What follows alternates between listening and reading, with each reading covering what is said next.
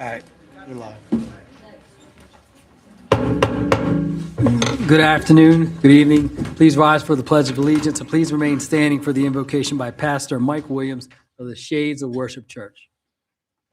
I pledge allegiance to the flag of the United States of America and to the republic for which it stands, one nation, under God, indivisible, with liberty and justice for all.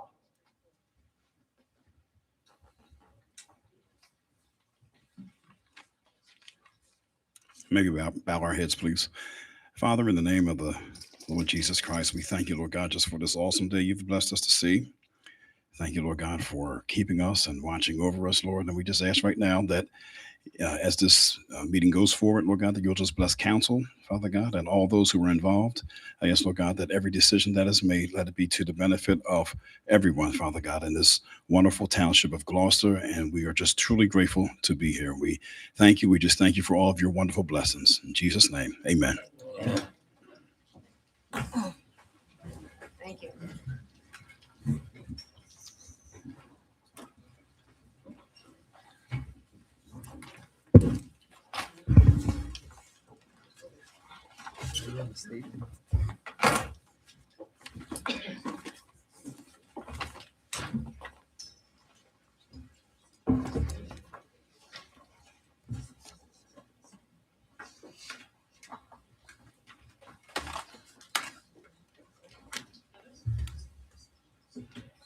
Good evening. This regular meeting of the Township Council is being held in accordance with the schedule of the meetings of the Township Council established and adopted by the Township Council, which schedule designated the time and date and place of this meeting. Adequate public notice of this meeting has been provided pursuant to the provisions of the Open Public Meetings Act.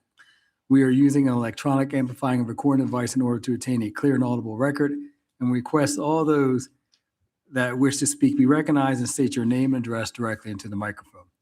The recording device to be solely utilized by the Township Clerk's Office for the preparation of minutes and shall be the official record of the Township Council meetings. Madam Clerk, may I have the roll call, please? Mr. Mignon? Here. Mrs. Albright Troxel? Here. Mrs. Grace Love? Here. Mr. Nash? Here. Mrs. Walters? Here. Mr. Castro? Here. Mr. Mercado? Present. Mr. Hutchison? Present. Mr. Cardis? Here. Chief Manazzi? Mr. McGill? Here. Ms. Weiss? Mrs. Arrett? We'll now have our first public comment period. This is for agenda items only. Each individual of the public can speak up to 3 minutes. There's 15 minutes allocated for this public portion. It's for agenda items only. If you wish to speak on the budget, there is a separate hearing for that. Would anyone like to speak during the public comment? First public comment. Seeing none, we'll close the first public comment. Proclamation. Supporting the 2026 Click It or Ticket Seatbelt Mobilization Grant, May 18th through May 31st, 2026. Whereas there were 228 motor vehicle fatalities in New Jersey in 2024, with 135 people being unrestrained and 1 in 4 being between the ages of 21 and 30. And whereas many motor vehicle occupants killed in traffic crashes were not wearing the seatbelt. And whereas use of a seatbelt remains the most effective way to avoid death or serious injury in a motor vehicle crash. And whereas the National Highway Traffic Safety Administration estimates that 91.2% of motorists use a seatbelt, with 14,955 lives saved by safety belt usage nationally in 2017. Whereas the state of New Jersey will participate in the nationwide Click It or Ticket seatbelt mobilization from May 18th through May 31st, 2026, in an effort to raise awareness and increase seatbelt usage through a combination of high visibility enforcement and public education. And whereas the Division of Highway Safety, Traffic Safety has set a goal of further increasing the seatbelt usage rate in New Jersey from the current level of 95%, which is above the national average. And whereas a further increase in seatbelt usage in New Jersey will save lives on our roadways. Therefore, be it resolved that David R. Mayer, Mayor of the Township of Gloucester, and Orlando Mercado, Council President, do hereby proclaim the Township of Gloucester support for the Click It or Ticket seatbelt mobilization, both locally and nationally, from May 18th through May 31st, 2026, and pledge to increase awareness of the mobilization and benefits of seatbelt use. Thank you, Madam Clerk. Waive the reading and accept the minutes of the regular meeting April 13th, 2026, and regular meeting April 27th, 2026. May I have a motion, please? I'll make that motion. Second. On the question, roll call, please. Mr. Mignon? Yes. Mrs. Albright Troxel? Yes. Mrs. Grace Love? Yes, on April 13th, abstain from the 27th. Thank you. Mr. Nash? Yes, on April 13th and abstaining on April 27th as well. Mrs. Walters? Yes. Mr. Castro? Yes. Mr. Mercado? Yes. Next is our consent agenda. Any council member would like to have any item removed from the consent agenda, please speak up. Hearing none, I entertain a motion to accept the consent agenda as presented. I'll make that motion. Second. Thank you. On the question, roll call, please. Mr. Mignon? Yes. Mrs. Albright Troxel? Yes. Mrs. Grace Love? Yes. Mr. Nash? Yes, Mrs. Walters? Yes. Mr. Castro? Yes. Mr. Mercado? Yes. Resolution 182, resolution of the Township Council of the Township of Gloucester authorizing the Township Clerk to read the 2026 Township Budget by title only. May I have a motion? I'll make that motion. Second. On the question, roll call, please. Mr. Mignon? Yes. Mrs. Albright Troxel? Yes. Mrs. Grace Love? Yes. Mr. Nash? yes, Mrs. Walters? Yes. Mr. Castro? Yes. Mr. Mercado? Yes. Resolution 173, resolution to amend the 2026 budget of the Township of Gloucester, County of Camden, State of New Jersey. Whereas the local municipal budget for the year 2026 was approved on the 13th day of April 2026. Whereas the public hearing on said budget has been held and advertised.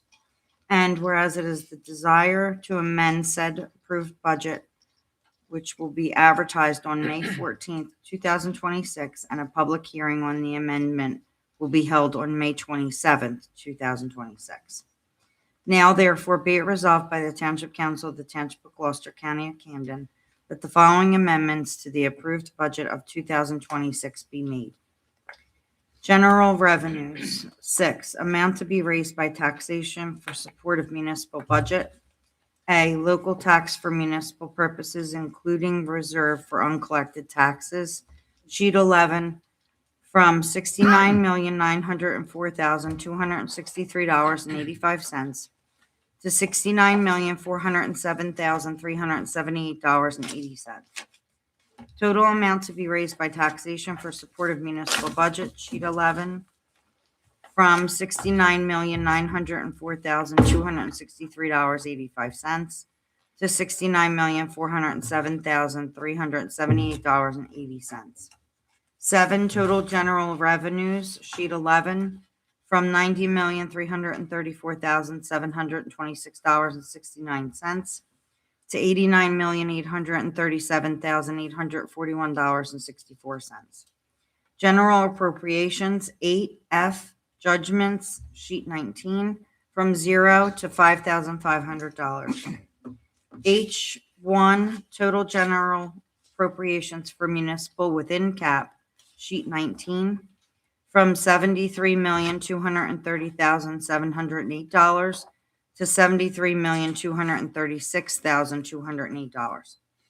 F, judgments, sheet 28, from $500,000 to 0. H2, total general appropriations for municipal purposes excluded, sheet 28, from $16,056,497.51 to $15,556,497.51. O, total general appropriations excluded from cap, sheet 29, from $16,056,497.51 to $15,556,497.51. L, subtotal general appropriations items H1 and O, sheet 29, from $89,287,205.51 to $88,792,705.51.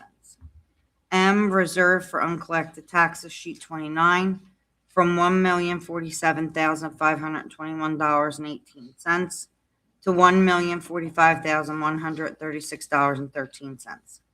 9, total general appropriation sheet 29, from $90,334,726.69 to $89,837,841.64.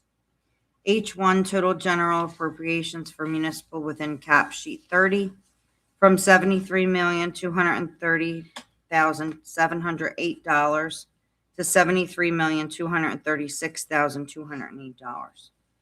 F, judgments sheet 30, from 500,000 to 0. M, reserve for uncollected taxes sheet 30, from $1,047,521.18 to $1,045,136.13. 9, total general appropriation sheet 30, from $90,334,726.69 to $89,837,841.64. Be it further resolved that the certified copy of this resolution be filed forthwith in the Office of the Director of Government Services for certification of the local municipal budget, so amended. We're required by the state to read that resolution to amend the budget out loud. So there's a lot of numbers in there, so that's why our clerk read that. Before we go to a motion or a second, there is a public hearing that's required, and we will open up the public hearing. There's unlimited time. Each speaker may speak for 5 minutes, and then we'll go to the next speaker. And once we've gone through all the speakers, that individual or individuals can speak again. But again, it's unlimited time for this portion for a public hearing. Would anyone like to speak on, excuse me? I have to make a motion to open the public hearing? Okay. Second. Okay, all right. I'll make a motion to open a public hearing. Motion. I'll make that motion. Is there a second? Second. On the question, roll call, please. Mr. Mignon? Yes. Mrs. Albright Troxel? Yes. Mrs. Grace Love? Yes. Mr. Nash? Yes. Mrs. Walters? Yes. Mr. Castro? Yes. Mr. Mercado? Yes. So at the conclusion of the hearing, we're going to need a motion for 173, and then we'll go to 183. You go. Okay. Would anyone like to speak on this matter? Mr. Polidoro.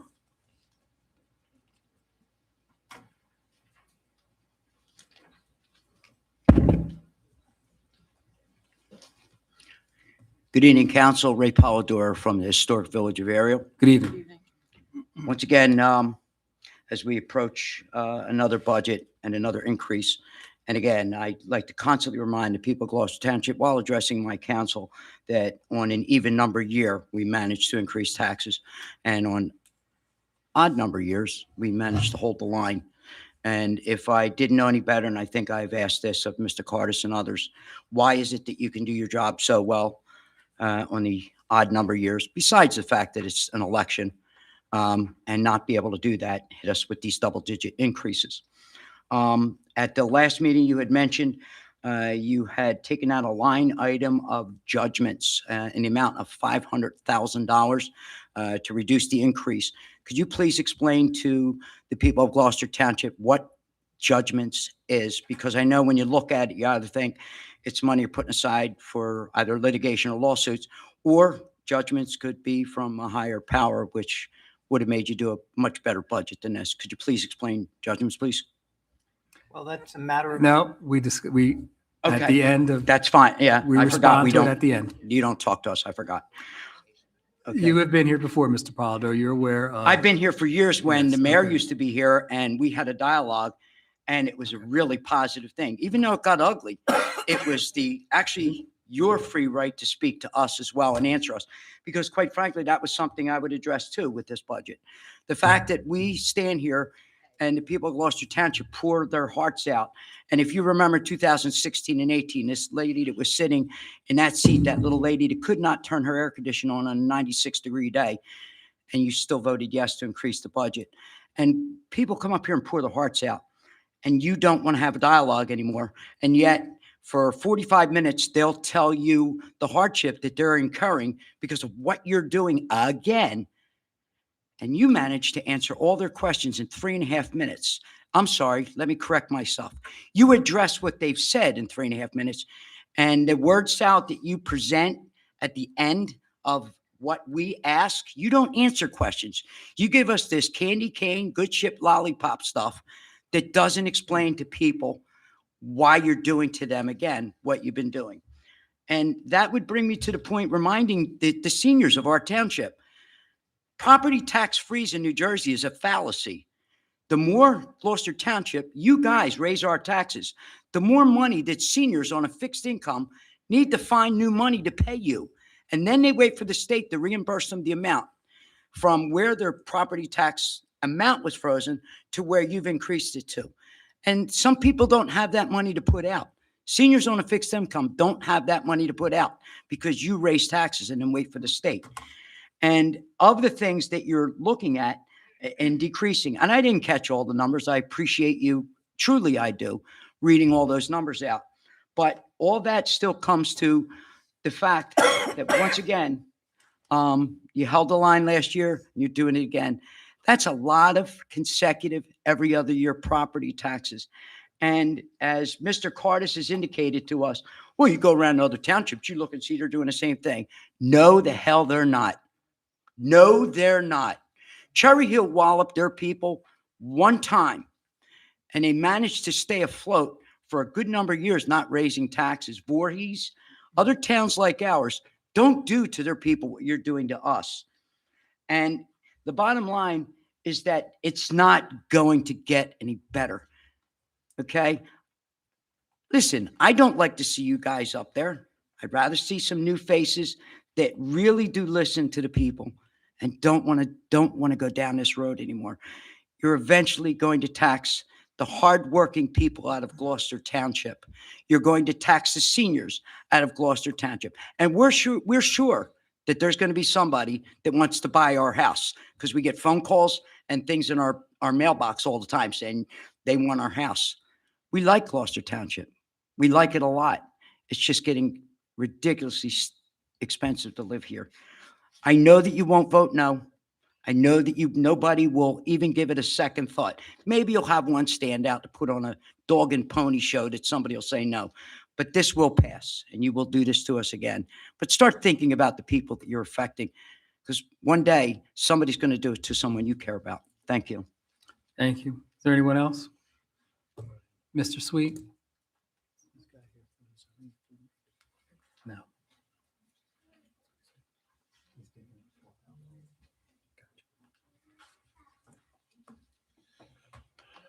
Good evening, Council. Sam Sweet from Ariel. Good evening.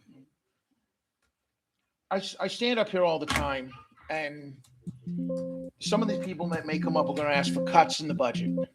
And you get asked all the time, what do you want to cut? What do you want to cut? If you're going to balance the budget, we have to cut something. I've never said we need to cut anything. All right. Simple budgeting 101. Figure out what your expenses are and figure out how to pay for them. And in a municipal entity, you can do it by taxes, fines, permits, fees, licenses, grants, all of the above. If you overstate your expenses, what they should be, you are creating an expense that doesn't exist. And if you understate your income that's coming in, then you're creating that deficit. So if you're saying, just for argument's sake, I'm going to make it simple, $50 million is the expenses of all of Gloucester Township. I know it's not, but I'm just making it simple. And we raised $50 million, and of that $50 million, $10 million is our fines, our permits, our licenses, our grants. That means we have to have $40 million in taxes. If they're $10 million, you decide to lower down to $5 million, even though you know you're getting $10 million, now you have to raise taxes up to $45 million. You're creating a false error, if you want to call it that. You're creating a false deficit that doesn't exist. And I stand up here every budget season and bring it to your attention, and you guys don't do a thing about it. And I've gone through this budget preparation worksheet. For example, I will say it again. Uniform construction costs, codes. That's the permits for people to build in this township. And we know all the buildings that are going up. The average for the last 3 years has been $1.1 million. Actually, it's been $1,151,321.77. And for some reason, what's being budgeted in 2026 is $900,000. Why? Why are we budgeting $251,000 less than what we've actually gotten the last 3 years? And we know that you guys are authorizing all these buildings to come in. So those permits are going to go up. Pools, the pool fees, the last 3 years has averaged $122,000. But yet, Mr. Cardis is budgeting $90,000. That creates a $30,000 deficit.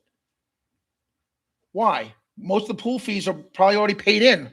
We have that number.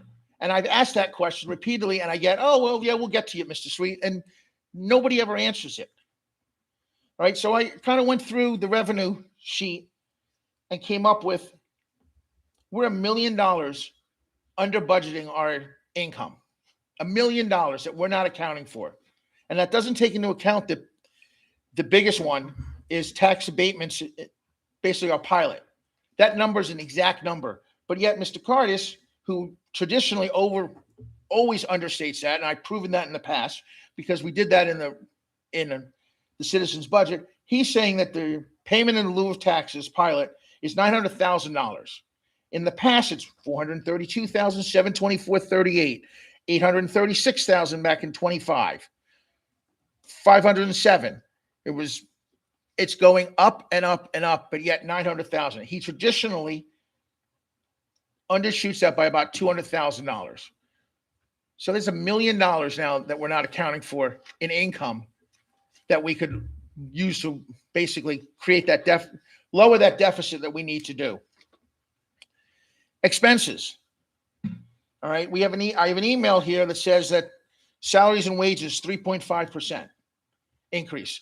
You guys say that 80% of the budget is already accounted for because of contracts, unions, whatever, and 3.5% is the salary and wages.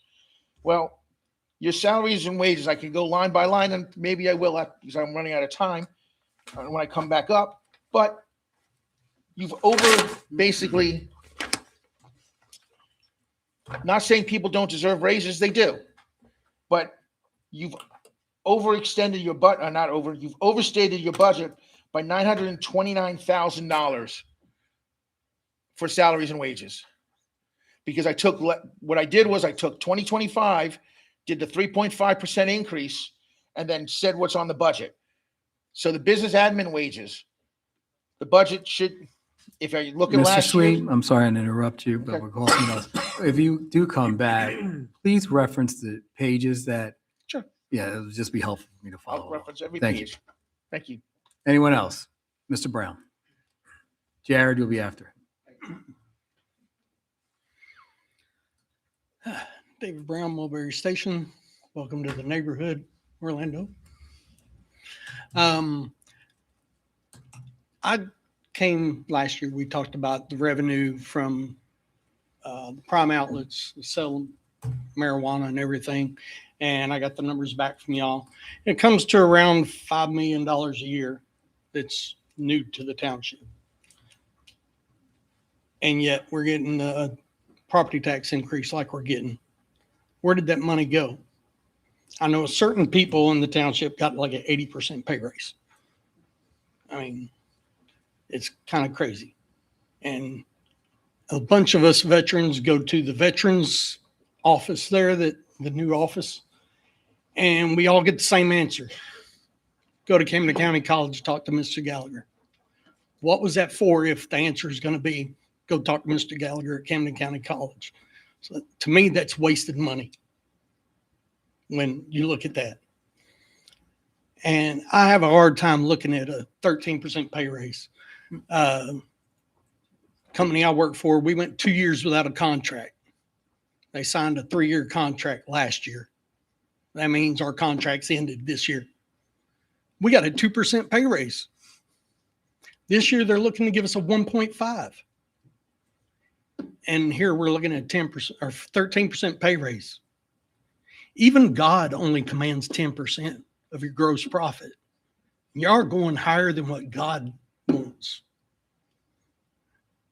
I don't know if that is because y'all were hoping that we'd sell the MUA and that would take care of all this problem. Is it bad budgeting? Overspending? Who's in charge of the overspending and the bad budgeting? That's what needs to be looked at.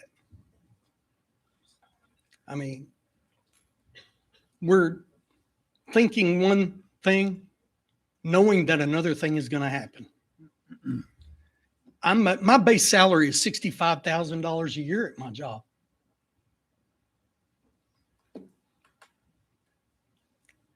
My property tax last November, I got a call from my mortgage company. They told me I'm $2,200 below escrow. Come to find out, tax office sent that my property taxes were $8,000 a year to them. They were $9,300. So now my escrow's way off. They said, here's your two options. You can give us $2,200 and your house payment only goes up $110 a month.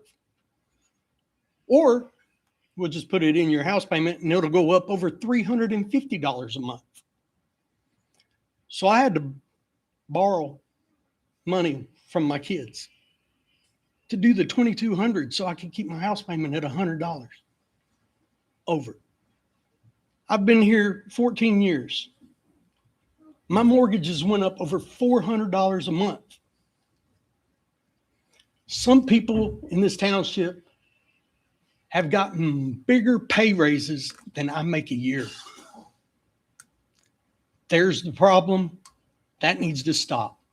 When you have people in the township making more money than a senator and a congressman of the United States, that's where the buck needs to stop. Because nobody's job is worth that much.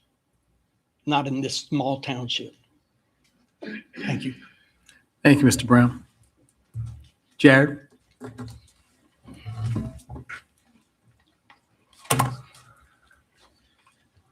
Thank you. Jared Thomas from Blackwood. I'm not nearly as proficient at like accounting as some other folks are, so I'm making educated guesses here, just hoping to get clarification on things I don't understand. I apologize. I don't know which page this is in the budget. It's in one of the first couple pages that was available online, but it didn't have a sheet number associated with it. I'm going to make reference to it, but I think like there's maybe a better page elsewhere in the budget. I'm just trying to understand with the surplus for 2026, it's listed as being 4.5 million and 2025 was 11.5 million. So that's a $7 million change, and I'm trying to understand what that indicates. With regards to the line for local revenue, that number is increasing to 10.3 million from 5.5 million, which is about $4.8 million in increase. And then later on, there's a reduction in state and federal grants from 5.1 million in 2025 down to 282,000, give or take. And so it ends up being like those numbers balance out. My question is those, first of all, with the surplus reducing, can somebody please help me understand why that changed and what that means? With the change in local and state and federal grants, like why are they almost exactly the same? Is that indicative of alternative sources of income or just a different way to account for the same things? Let me see. With regards also to the reduction in federal grants, state and federal grants, on the national level, we've been seeing the federal government withhold congressional funding to states, and I'm curious if that is something that is impacting us in this indirect way in this budget. Like we were expecting $5 million in external grant funding, and we're not getting it. Even though we might be entitled to it. My family and our synagogue, we have a security committee that we run, and somebody is responsible for securing grant funding. it has been a nightmare to get that, from the federal government. And I'm just curious if that's something that the township is dealing with. We eventually got it. It only was, 10 months late. So the result of this was that our entire synagogue started having to contribute directly to security funding for the entire congregation. On sheet number 3, there is an item on the right side called levy cap bank applied. I'm trying to understand what that is. I believe, just from Google, I think that this is to do with for previous years that we did not have a tax increase, that there's apparently some latitude for tax increase to cover things beyond the maximum 2% for exclusion items. So I wanted to confirm which years were utilized for that levy cap bank. And then the second thing I wanted to understand on that same sheet was the allowable health insurance costs. They went up 3.2 million this year. Last year was 1.3 million. So over just 2-year period, we had a health insurance increase of 4.5 million. And again, looking at things happening on the federal level, are we experiencing significant cost increases due to cutbacks in federal entitlement programs like Social Security, Medicaid, et cetera, that may have used to provide additional supplemental funding for things like that? Just last thing I wanted to talk about was, I don't support slashing wages. I am curious, are there specific employees which may be receiving excessive raises, i.e. meaning more than 10% for some reason or another? And then my last thing is I would encourage everybody whose employer is not giving them a raise to challenge them on that, because your employer is responsible for keeping you employed in a way that doesn't make you broke.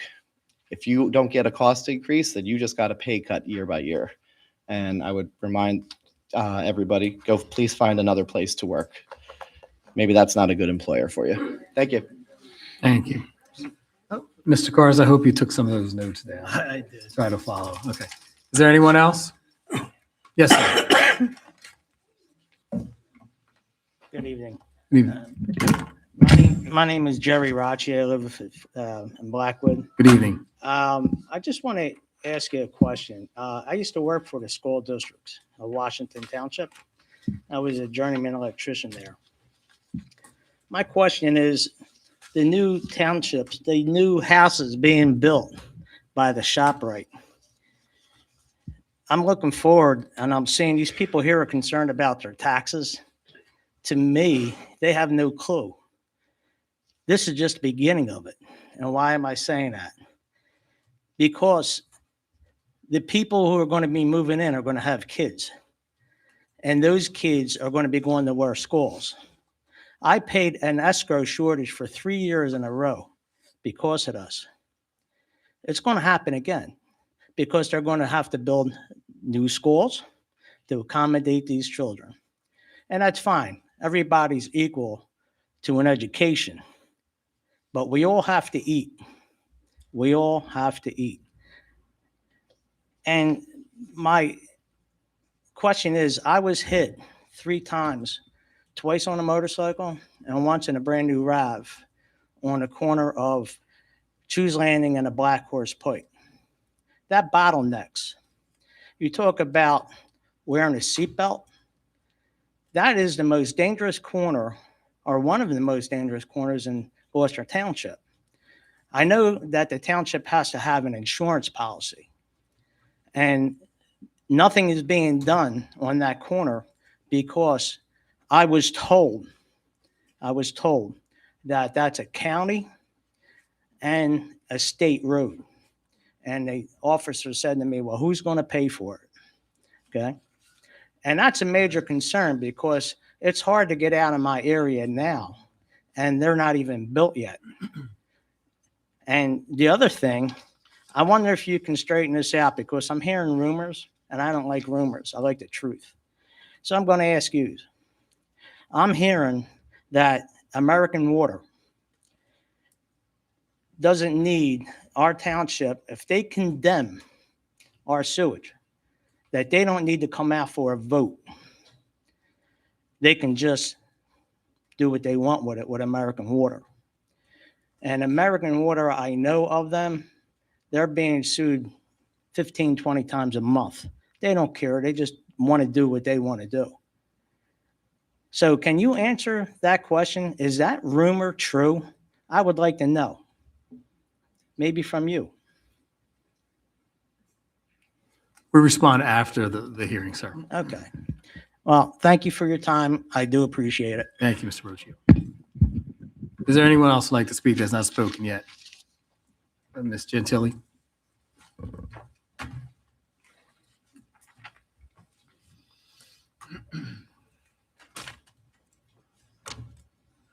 Hello, everyone. Nancy Kelly, Gentili, Blackwood. Hello. Thank you all for coming tonight. I wasn't going to speak on the budget. I had another topic to talk about, but hearing someone speak about electricity bills and them going up and talking about the elderly population.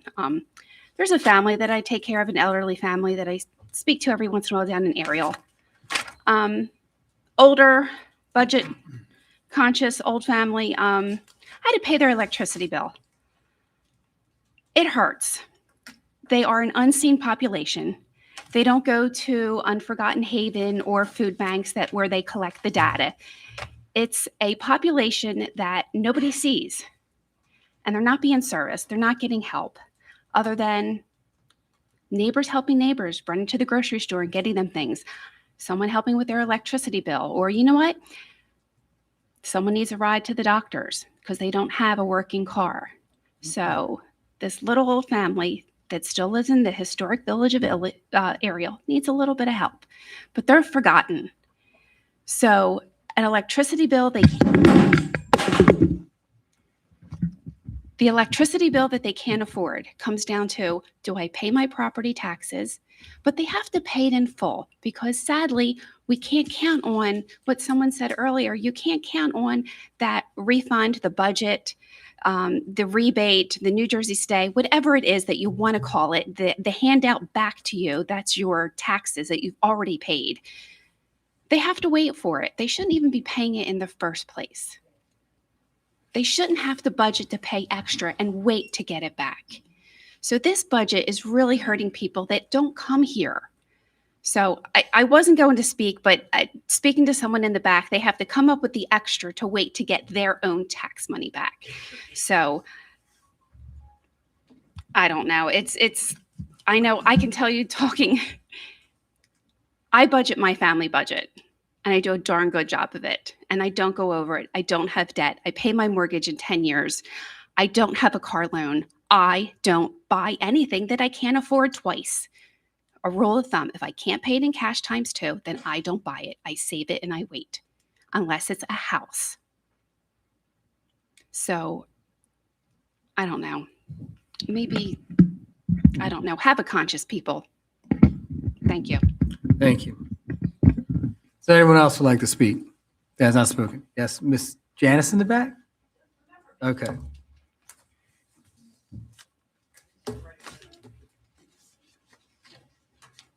Janice, from Glen Oaks. Glen Oaks. Right around here.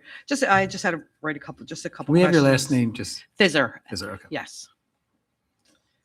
Before proposing the additional tax increases, has the township fully accounted for the increased tax revenue from all these rising home assessments and all these residential buildings that are being built all over this township? We respond afterwards. I'm sorry. Okay. You could ask all your questions and we'll respond after. Okay. Yeah, just saying about the infrastructure, like between EMS, the police force, everything, but all this residentials that are being built all over Gloucester Township, was that all taken all into consideration? So if you can ask me at the end. And just one other note, again, I'm a senior citizen, my first year that I just retired. And, when I came here, I'm from Philadelphia, came here 30 years ago, and I was paying $3,500 property taxes, which was great. I was coming from the city, but, schools were good around here. I had relatives here. That's why we picked Gloucester Township. Now I'm paying $9,200, and now I'm 66 years old. And it's, hopefully all the stay acts stay the same and Trenton doesn't change anything. I think it would be horrible if she changes that. I think, we've put in our dues here. We pay a lot of taxes. I'm really nervous of my future here to pay that much money. And we're trying to, want to stay in our home. We like our street. We like our neighbors. I have relatives that actually moved over here, but because of the area. But I just, again, as a senior citizen, I'm very nervous about my future here. I think this increase is really high. And again, as other people have said, it has been where the mayor will say, no new taxes. And we're like, oh, thank God. But then the next year we're slammed. And I've been here, I've always come to these meetings, and I've been here in the past where it was packed in here. But the frustration part, and I see it online, there's a lot of social media going around in Gloucester Township. The people are frustrated. They feel like they come here and can speak like I'm going to speak, but it doesn't matter. And I've already heard it from some people saying, why do we go? It doesn't matter because it's just always passed. And that's what happened even last time. It just passed. Again, I remember years ago, the mayor used to be here. And I think if these are good meetings, then he should be here. If he said no new taxes, and here we are, and now we have like a huge 13% tax increase. They need to really look at the people in the township. These are pushing us out, and it's sad. Like I said, my son can't even buy a house here. It's unaffordable. I mean, the assessments are like huge, and it's a sin. I can't get them out of my house, and I want them to get them out of my house, but I get it. I'm like, just keep saving, to try and find something, or you're going to have to go to another, maybe over to Gloucester County or something, because Camden County is really out of control. Thank you. Thank you, Ms. Fisher. Is there anyone else like to speak that's not spoken yet? Mr. Sweet?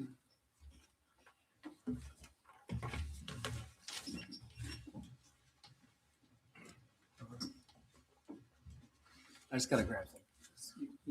I'll wait till you come back because you're the one that's writing down the questions.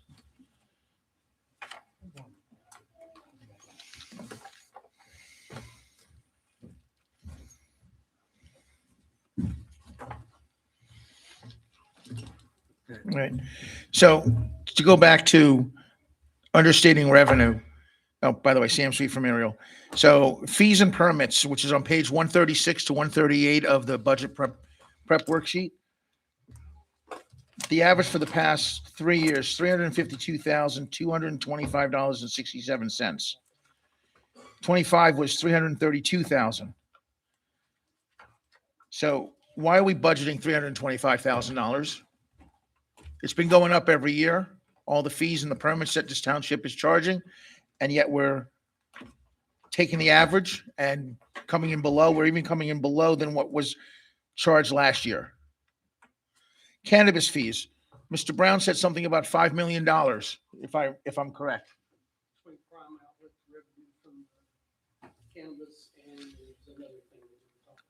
So according to 2025, we collected $232,752.82.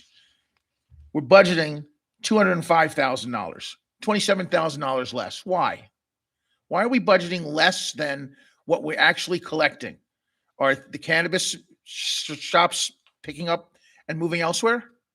No, one pops up every other day, and there are lines out the door, and they're making money, and we're making money off of it in the fees. So why are we budgeting less? All right, cannabis fees, by the way, is on page 138. Municipal pool fees, which I reiterated. $122,000 in 25, $123,000 in 24. Pools are going out the yin yang to build them in their houses, so people are joining the pools. But yet we're budgeting $90,000 when the last 2 years was $122,000.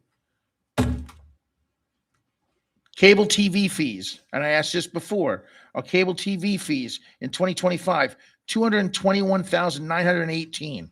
In 2024, $230,118. In 2023, $238,701. We are budgeting $200,500. a $29,746 difference. Why? And I can go down the list and keep going down. Municipal court fines. The average for the past 3 years, $351,699.21. That's on page 138 as well. We're budgeting $330,000. That's a $22,000 difference. I can show this line. I can email it to every one of you if you like. But total is about $1 million that we are under budgeting on fees and income. That's $1 million that we're saying that this township isn't making. And I will be the first one to admit that I don't know half the stuff that Mr. Cardis knows. So those numbers can be a lot tighter, which will actually lower our taxes. And not once did I say, let's cut something. It's called budgeting 101. If we go back to the salaries and wages, and I don't understand this one. Salaries and wages are totaled $31,100 or $31,141,000. Can you give us a page, sir? Well, it's all pages. It's pages 1, 3, 5, 7. Because it's business admin wages. It's all the wages. You're off the worksheet? Yes, off the budget prep worksheet. Okay, but what I don't understand is Social Security. If you multiply the Social Security, which is 7.65, which is what the township has to match, it comes out to be $2,453,476.25. But yet we're budgeting $2,700,000. So we're over budgeting an expense that is actually a calculated expense by $246,523.75. And I know my number's off because Mr. Hutchinson makes more than Social Security, the top of Social Security. I'm not taking anything away from that. I'm just saying that you make more than that. So therefore you're capped. All right. And I'm sure certain other people make more than that. I believe Public Works Director makes more than that. All right. Again, I'm not saying we need to cut their salaries, but that number, $246,000. It's an exact number. Why are we budgeting $2.7 million? A nice round number. It's budgeting 101. We're overstating expenses, which creates a deficit. And nobody answers that question.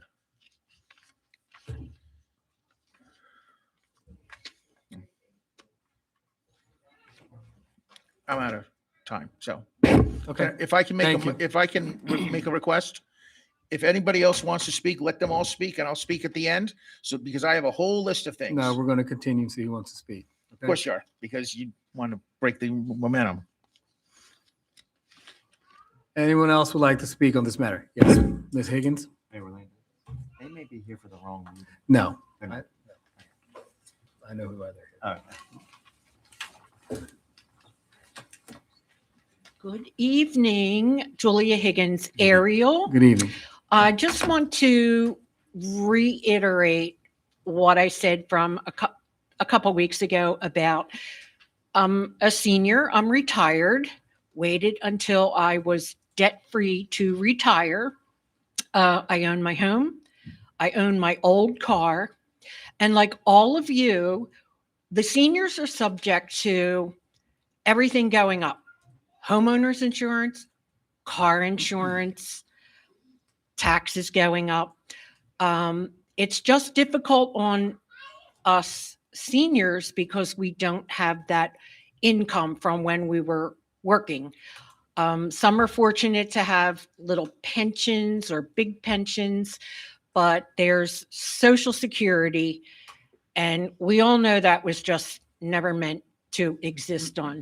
So if for anything you could ever decide to like squeeze that budget, like go over it with a fine tooth comb to see where you could make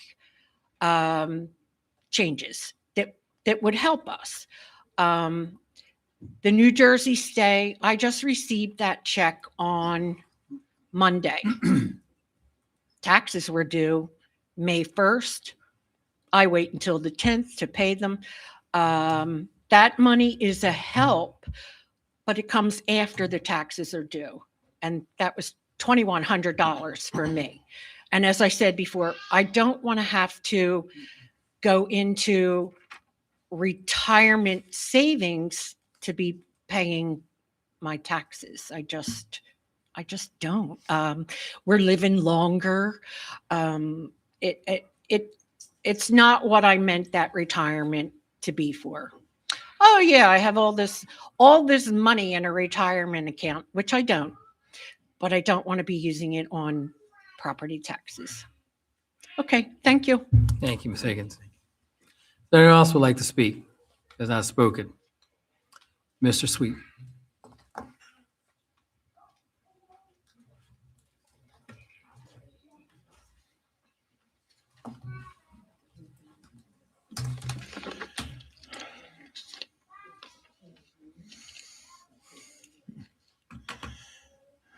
Again, I'm going to state the obvious. If you overstate expenses on a budget, not once have you heard me say, let's cut salaries.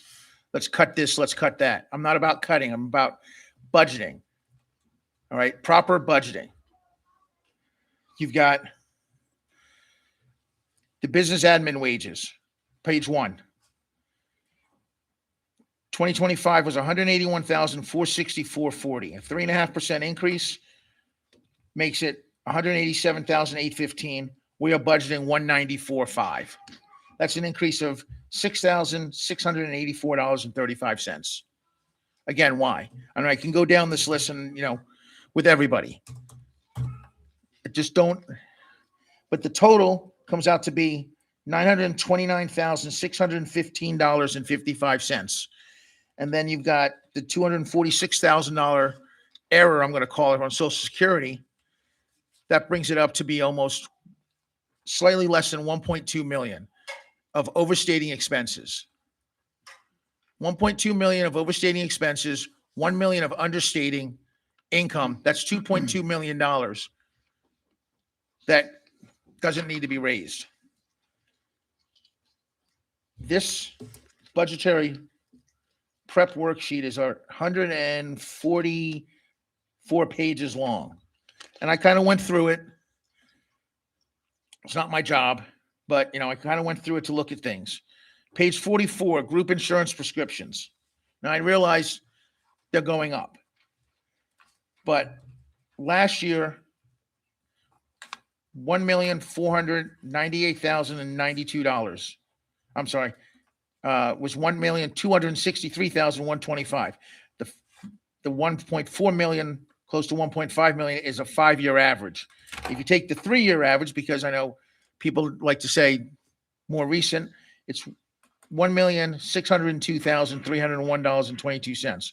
We're budgeting $1.8 million. That's $197,698.78 more.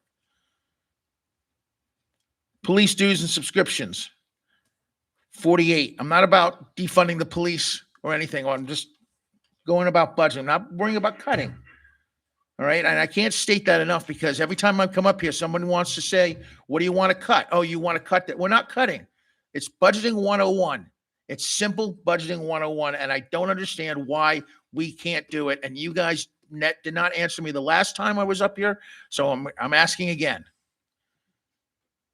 But getting back to that, on page 48, police dues and subscriptions in 2025 was $8,294.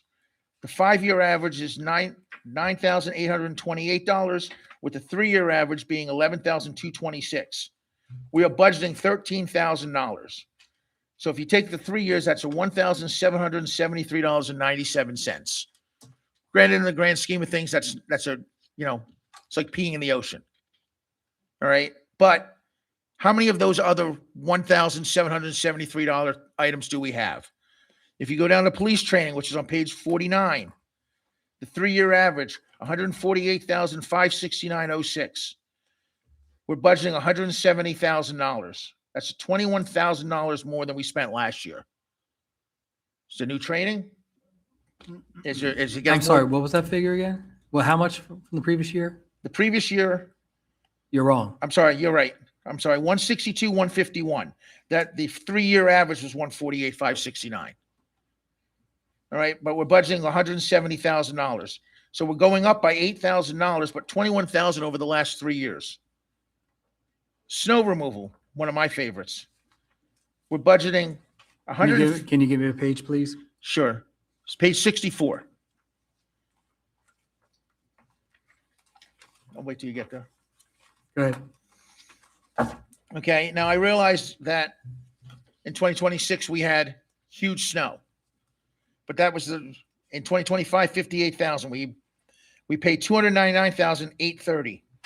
We're budgeting 150,000, which is 7,000 more than our, well, $6,656 more than our previous 3-year average.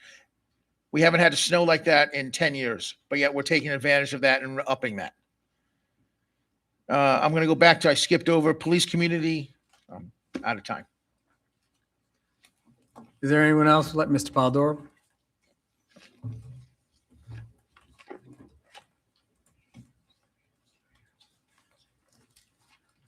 Again, Council Ray Polidor from Ariel.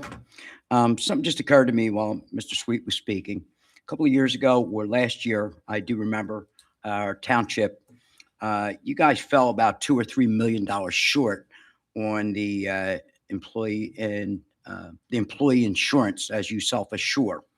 I believe you mentioned there was a catastrophic medical event that happened that was not discussed or could not be discussed.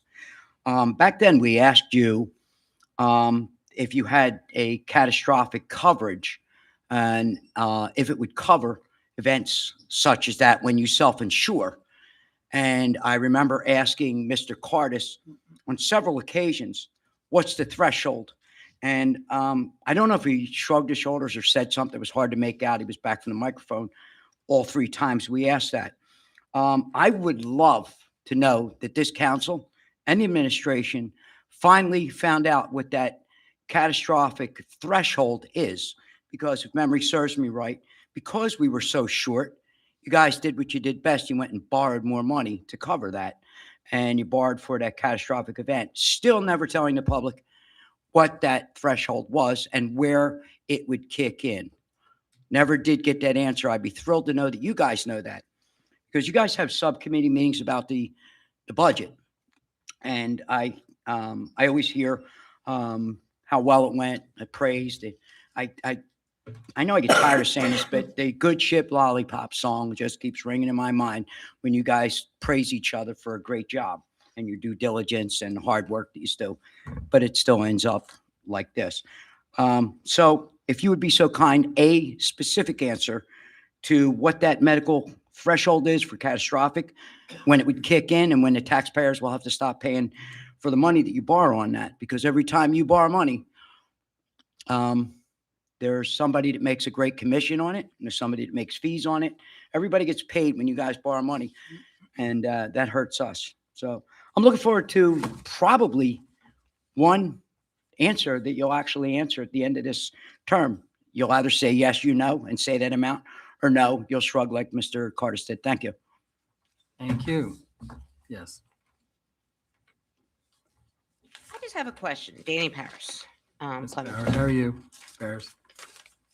You all have full-time jobs, right? Most of you. I know you're not going to answer me. But you have full-time jobs, right? Like Chief Manassi's full-time job is the chief. But you all have other full-time jobs. So you get coverage, full coverage from a full-time job. And you get coverage, health insurance for a part-time job. You don't have to shake your heads no or yes. But I worked full-time and I got coverage for my full-time job. But I also worked a part-time job and I couldn't get full-time coverage. And I couldn't get any kind of coverage for my part-time job. When I worked all my life, I'm 72 now and I'm still working because I'm a senior and I have health issues and I have to work. But I worked since I've been almost 12 years of age. And when I worked my full-time job, I got covered also all of my health benefits. And all of my Social Security is very good, thank God, because I worked all my life, sometimes 3 jobs. I had to raise my own kids, 3 kids by myself. So you get health benefits for this job. That's Well, what are we talking about then? I thought you said that they're getting benefits. Oh, I'm understanding you're getting benefits. No. And why were we fighting about? Ms. Paris, Okay, please I address was here. just curious. Okay. I thought you were getting benefits. I'm sorry. But you're getting Social Security for this job too. I don't understand. So you're just getting a salary for this job. No benefits, health benefits. Because I'm getting confused between the health benefits and the salaries. I'll address it at the end, but yes. Thank you. And anyone else would like to speak that's not spoken yet? Ms. Gentili, you'd like to go again?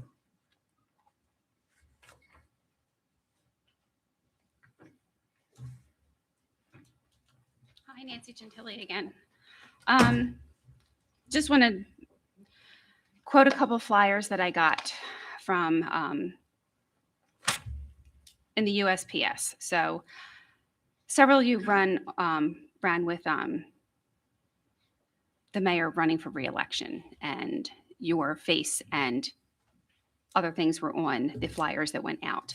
And quote, it said, "In these challenging times, I've made affordability my top priority by working to bring the cost of daily life down for Gloucester Township residents, families, and seniors." That's a quote. Another flyer that went out, ensuring working families, seniors, vets, and young people can afford GT. Another quote that several of you ran on the ticket with Mayor. "I believe that every resident deserves to live in a community that's not only safe, but also affordable. When families can afford to stay in their homes, feel secure in our community, our community thrives." These are the things that were told to us and we believed, and everyone knows that you were reelected. We feel that we're now being lied to. Also coming on to another flyer that was sent to us, that it had to do with the electricity rebates that were going to happen. And Mr. Mercado, we spoke at council meetings about this, about the immediate 15% that was going back to us. That was not true. These electricity bills are ridiculous, and that's why people can't afford them. So when someone says get another job, get a better paying job, some people can't because the employers have to pay higher electricity bills. So the employees are not able to get a raise. So once again, we are told that these outrageous bills will be affordable because a guaranteed immediate 15% is going to happen. That was not true. So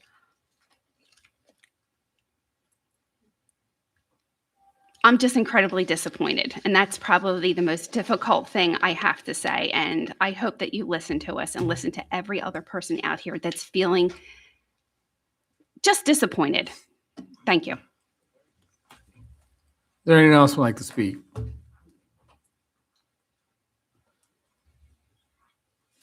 You gotta raise your hand, Sam. Okay. I'm not done. So. Oh, well, then come on up.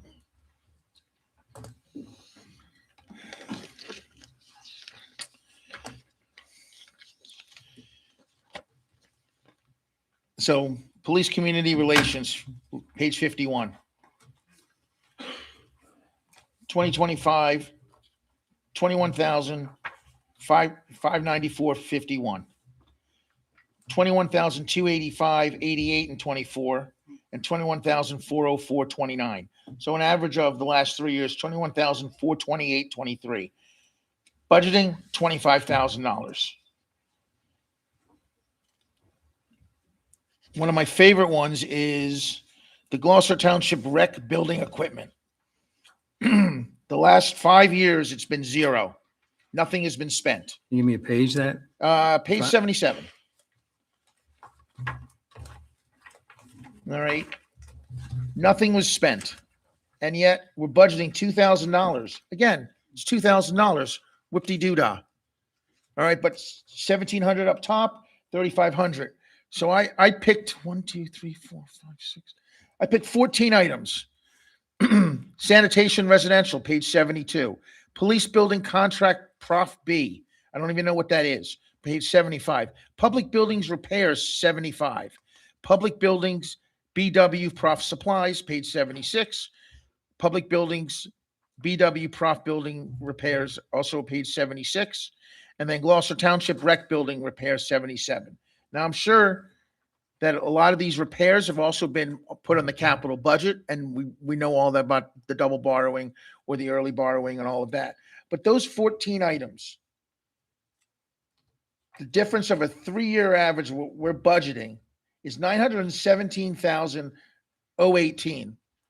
So just for the quick math that we did, I've got $1.2 million on salaries, wages, and Social Security. I've got $917,000 there. So that's $2.1 million. And I've got $1 million of income that's being unaccounted for. That's $3.1 million. Now, not once have I said, let's cut the program. I can't reiterate that and state that enough. I'm not about cutting. Let's do budgeting properly. And it's not being done. For whatever reason, whether you want to manipulate, you call it manipulation, whether you want to call it having a surplus, so that way we don't have to raise our taxes on the election years, whatever you want to call it, it's not being done properly. It hasn't been done properly for years. And I've been up here, as my father says, shouting at clouds, because I get looks all around, and I get Mr. Mercado says, oh, it's not 14% on the total taxes, it's 14% on the municipal taxes. Your other taxes are county and everything else and all that. It's still a 14% increase or a 13% increase that we're looking at, when we don't need to look at it, because if we do the budgeting properly, if it's 14 items, there are more than 14 items on here. I've got probably 72 stickies. All right. You know who should be doing this? You guys. Mr. Carter should be doing this. One of the things I opened everybody's email from council going to Mr. Cardis and asking about the budget. I asked for emails, text messages, and phone logs from every one of the council members to go into Mr. Cardis and the mayor's office and Miss Eret and back and forth. And I got a whole bunch of emails, and I went through them. Would anybody care to ask how many questions were asked on the budget from council members? Would the audience like to know? Would the audience be surprised that one person texted Mr. Cardis and said, I have questions? And Mr. Cardis, I don't know who it was because I couldn't see it. It was blocked out. One person texted Mr. Cardis and said, I have questions. And he said, call me. One person. There's 7 of you sitting up there. Okay? Doesn't matter who it was. All right? One person, one text, no emails. The mayor didn't even ask you any questions. Our mayor, who's supposed to be the champion of affordability, who ran a campaign 15 years ago on taxes are too high. Cindy Rao Hatton is raising our taxes. We can't afford to live here. 15 years ago, I can pull the video up. You know who the business administrator was back then? It was Mr. Cardis. Mr. Cardis was in charge of an administration that raised taxes for 4 straight years. And then David Mayer wins the election based on the fact that we're being taxed out the wazoo back then, and he keeps the business administrator on. The same person who's responsible for it. And now our mayor is ignoring it.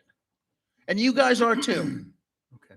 Thank you, Mr. Sweet. Anyone else would like to speak that's not spoken yet? So, yes, there is a public portion for a whole top. I've seen you here before. That's why landscaping, right? Yes. Anyone else like to speak on this matter that has not spoken yet? Mr. Sweet.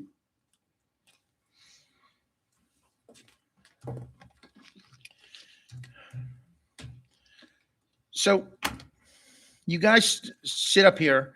One, you don't engage anymore, except President Mercado engaged me when I made a mistake. And he jumped it. He was very quick to point out that I made a mistake, which I acknowledged I did, and I corrected that mistake. But he's ignoring all the other facts. You guys sit up here and say, well, we're one of you. Well, if you're one of you, then why aren't you looking at this?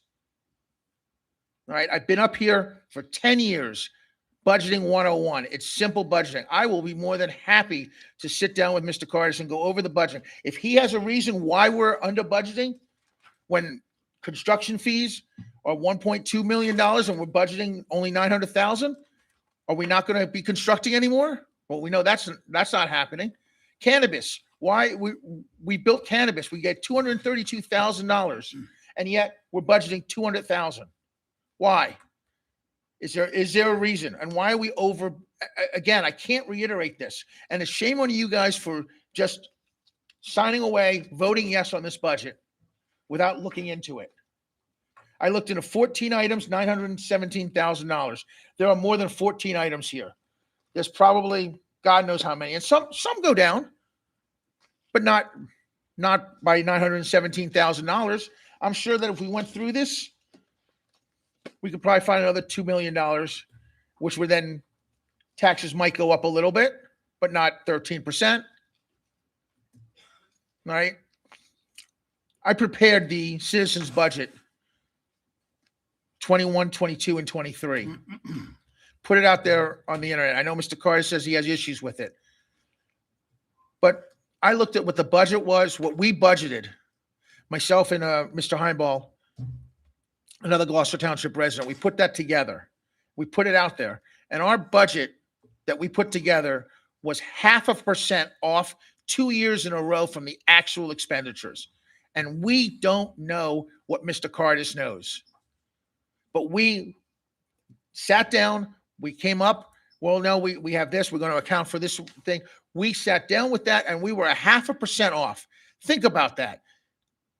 2 gentlemen, 2 residents, 0.5% off from the actual amount. Mr. Cardis was over 10% off both of those years because of the budgeting 101. And I'm not saying Mr. Cardis doesn't know how to do his job. He absolutely knows how to do his job. He does it way too well because he does this every year. And council, you are my elected officials, so I am up here begging you to hold off on the budget. And I know there's an email here that says, oh God, if we don't turn it in on time, we're going to get fined. That was the one the mayor said, this is a problem, could be a problem for us. That was it. Not the fact that we're raising 13%. Didn't even cross his mind. Or if it did, he didn't put it in an email or a text message or anything. So the 7 of you up there need to take a good look at this budget and just take your time and vote no right now and sit down and actually look at it. Why are we raising things? And not once again, I'm going to say it again. I didn't say a word cut. I did not say we need to cut public works. We need to cut this. We need to cut that.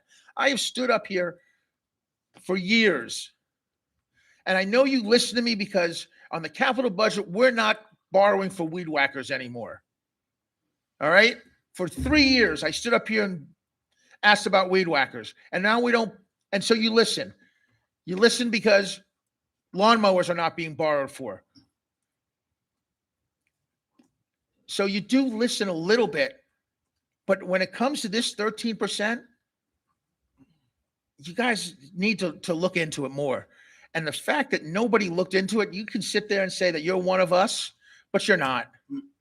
You're really not if you vote yes on this. Again, I can't. Now, I'm flabbergasted that there was not one email from any council member to Mr. Cardis. Hey, let's sit down. We all passed in the hallway. We all talked. We don't have text messages. Nobody texted him. One person texted. The mayor didn't even ask a question of it. The mayor, how is that possible? How can you guys justify that? And I would like answers to these questions before we vote. You guys vote. Why are we overstating expenses? Why are we understating income? In 2020, you guys raised taxes, COVID, 9.9%. No other township in the area raised taxes, and you guys said you had to. Thank you, Mr. Sweet. Is there anyone else would like to speak? Has not spoken? Yes, ma'am.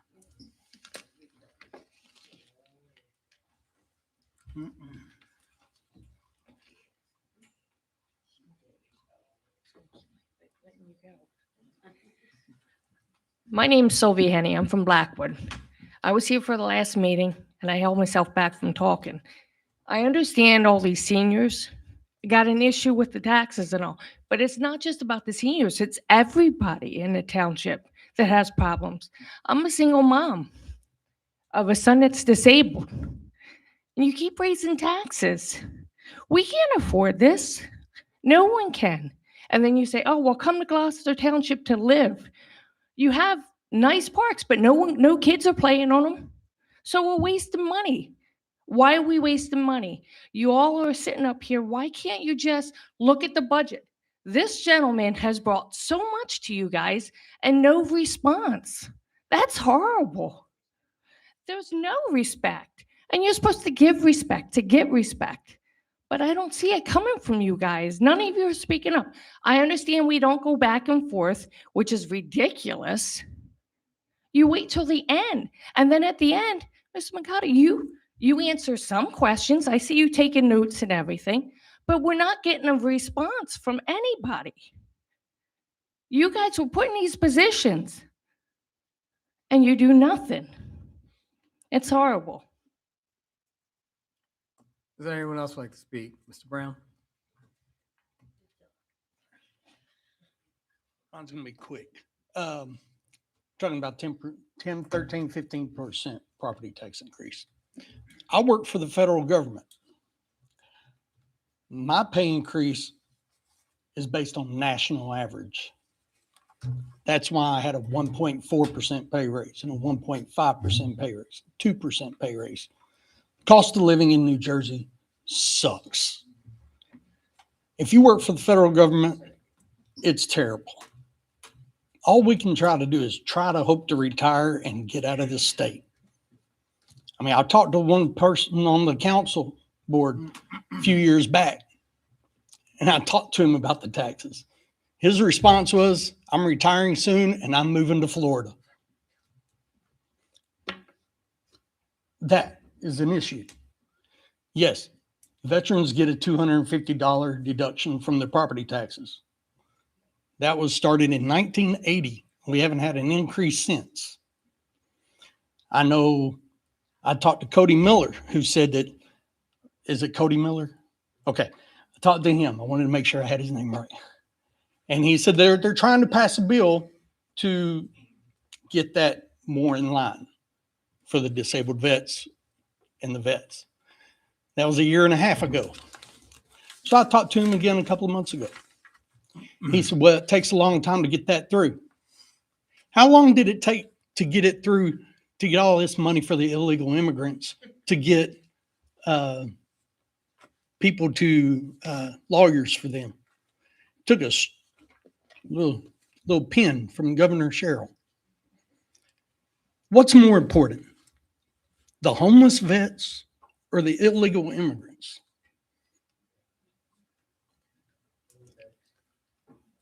The vets haven't had an increase on the property tax increase in over 40 years. I'm pretty sure back in 1980, property taxes were nowhere near what they are now. I moved here 14 years ago. My property taxes were $6,800. Now they're $9,600. And we're talking about another 10, 15% increase just from the municipality. And we know the school is going to have one because they want to raise their budget $4 million. Then you got the fire department. I have no problem with the fire department. I think we should pass around like Gloucester County and Glassboro does. They send out a letter for donations every year. I think it should be done here because I'm pretty sure you have a lot of people that would donate to them. That could probably keep our taxes down on that. But when you're looking more at illegals getting more stuff than the homeless vets, there's a problem. And what is this 13, 15% property tax increase going to help when you keep spending and throwing money at problems that never get solved? I know we budgeted, I know we were talking about when the neighborhood next to my neighborhood across from Ann Mullen came in, they were looking at possibility of 100 students that would be going to the schools. How many did we get? 5? It wasn't what we thought, wasn't what we planned, but we threw money at it. Stop throwing money at it and actually budgeting to what it is. Thank you. Is there anyone else who'd like to speak that's not spoken? Mr. Sweet?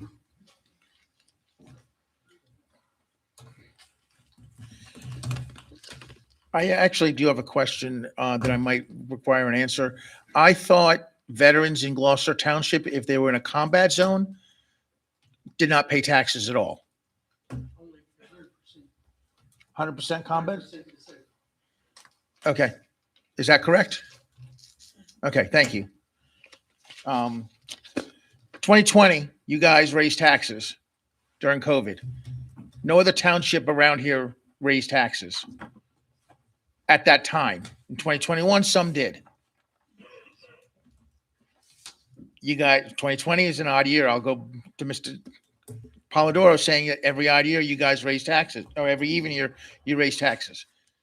So again, though, I'm going to go back to, I did the same thing every year with this budget. All right. I know some of you said you've gone line by line, but there's no proof if you've gone line by line. There's no email. There's no text message. Phone conversation. Yeah, I can't, but there's no log that you called Mr. Cardis to talk to him. So did you drive here to talk to Mr. Cardis and made no effort to document it, knowing damn well that I was going to ask? Mr. Mercado, you made fun of me last time if I was in your house and that I didn't know that you were talking. All right. I Oprah'd, again, emails on the capital budgets. Capital budget, that's a whole different ball game too, which comes into play because the capital budget, by borrowing, you guys are increasing taxes. Because in case council members don't know, and I'm going to assume that you don't know, but by raising debt and paying that off, you're raising taxes, bottom line. And all this borrowing that we're doing, and we're over borrowing. I proved that back in 21 that we overborrowed by a third of what we bonded. We bonded $36 million and we overborrowed because I took the time over a 2-year period and Oprah'd the crap out of everything on the capital budget. A little bit here, a little bit there, all in all. Put a spreadsheet together and you bonded $36 million. You only needed, which means you borrowed that. You only needed to borrow $24 million. That's $12 million that you over borrowed. Prove that. What's the cost of that? Well, $12 million, 10% fee to write the bond. That's $1.2 million. Interest. If you say 4%, that's $480,000 for the next 10 years. That's $4.8 million plus 1.2. That's $6 million that council and the mayor and Mr. Cardis have cost this township. And that's debt that we had to pay back. And you're going to say, well, we used the money elsewhere, but you overborrowed it. You've proven time and time again that if an emergency comes up, the health insurance that's come up, where you had that $3 million, like that, no problem, let's borrow it. Oh, we need $1 million here. Let's slash this number here and let's make this here. You've had no problem doing that. No problem borrowing money. We've proven that you can borrow money at the drop of a hat. So why don't we borrow the money as we need it? Why do we have to overborrow? I have my thoughts on that. All right. Who's buying the bonds? Can't find that out. I'm sure I know who's buying the bonds and who's getting rich off of it. There's a reason that it's called the machine. And you guys are facilitating that. And by doing the taxes, and then you're forcing borrowing, and it's just a snowball and keeps going down and down and down, or you want to call it taxes up and up and up. Since this mayor has taken office, taxes have gone up 125%. And I know some of you were not here, but you're here now, and you guys can take the time to look at this.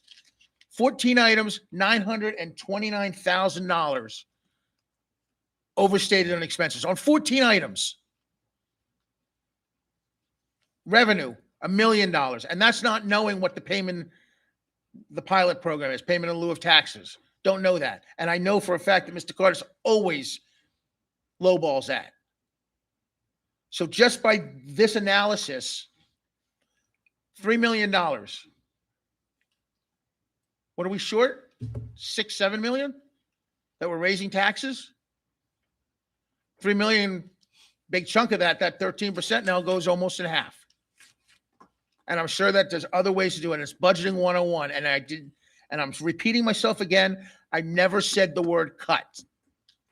Not cutting services, because we have premium services, Mr. Mercado. We do. But so do other townships. And I'm not want to cut the services. I just want to budget properly.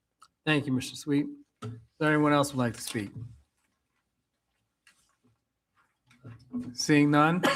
Oh, well, I'm going to call a 5-minute recess. I have to go to the restroom if anyone wants to take we'll do a 5-minute recess.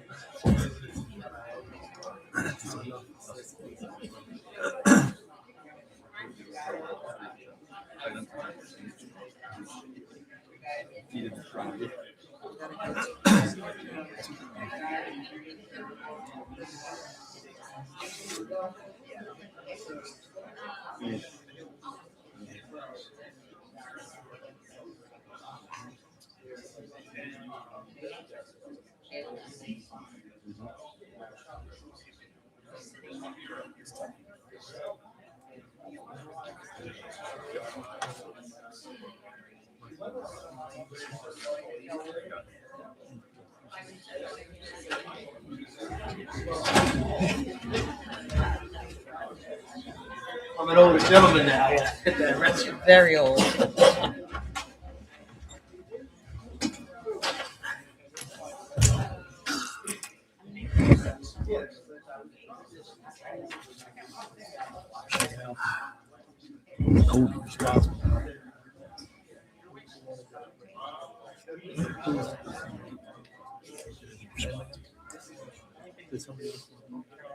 I wouldn't have put it together this way.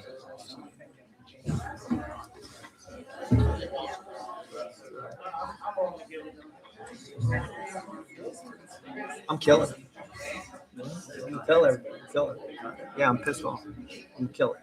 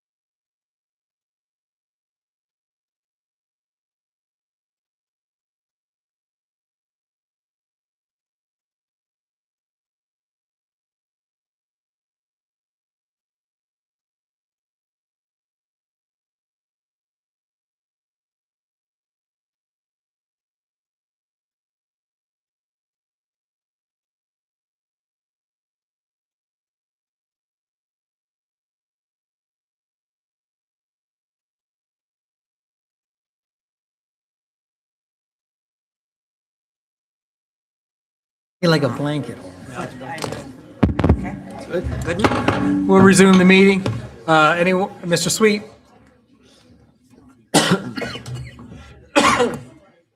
Go ahead, sir.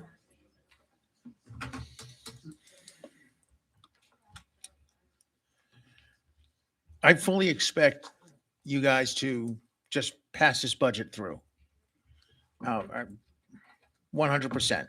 And I know I'm up here, as my father would say, shouting at clouds. And for those of you that may not know what that means, it means a cloud's going to do what a cloud wants to do, and you have no say in it. And if you shout at it, it may go left, it may go right, but it's going to go wherever it wants to go, and it doesn't matter. And that's what I feel like I'm up here saying. But this work should have been done by you guys. 100% should have been done. It wasn't done. Proven that. You can sit there and say that you did. You can sit there and say that you're one of us. But you're about to pass a budget. And not once again, I had to reiterate this because somehow my words always get twisted. Never once did I say cut anything. Just talking about budgeting. Making sure that we have enough money to pay for the stuff that we need. And if we're over budgeting expenses, because I'll come back here next year after we get this and go over what was budgeted and come up, and I'll bet you we'll be 10% off. Because we're always 10% off. That's a minimum. All right. Two township residents took it upon themselves for 3 straight years, and we were 0.5% off. And we don't know half the stuff you guys know. And then you want to sit there and tell us that we were wrong, we have issues with it, and it's not done this way. But yet it is done that way. It's budgeting 101. It's what I do. And taxes do go down elsewhere. I see it all the time. Taxes may go up, but not 125% over 10 years or 15 years. That's ridiculous. It's absolutely ridiculous. And you guys have the ability to hold the line, ask the questions.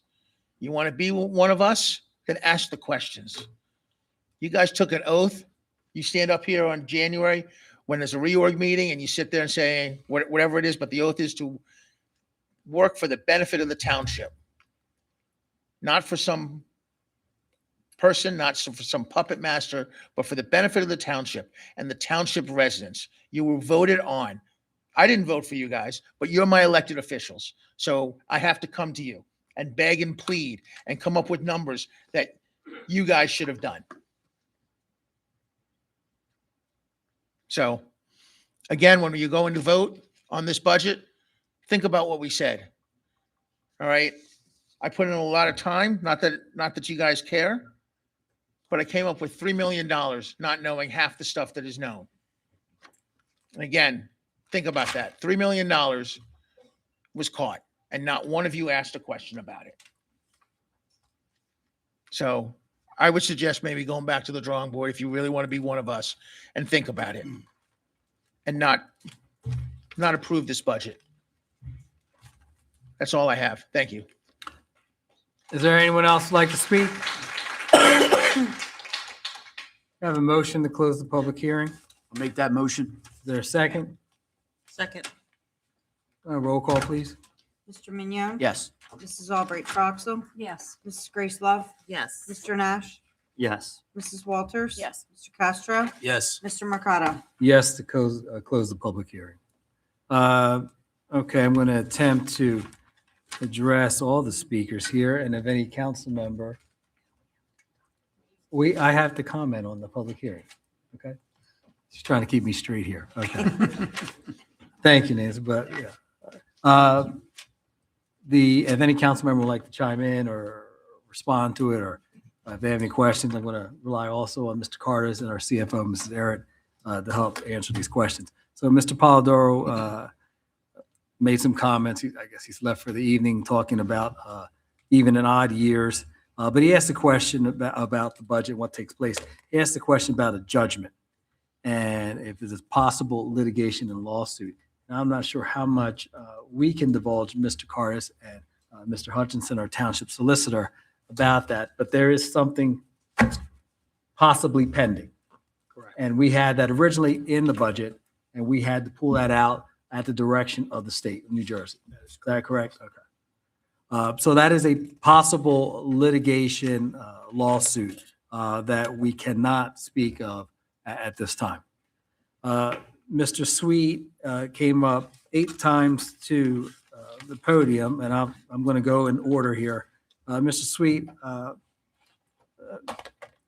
it stated that we were creating a false deficit. This is the first time he came up, and he never said to cut anything, and he reiterated that each time he came up, that he never said to cut anything.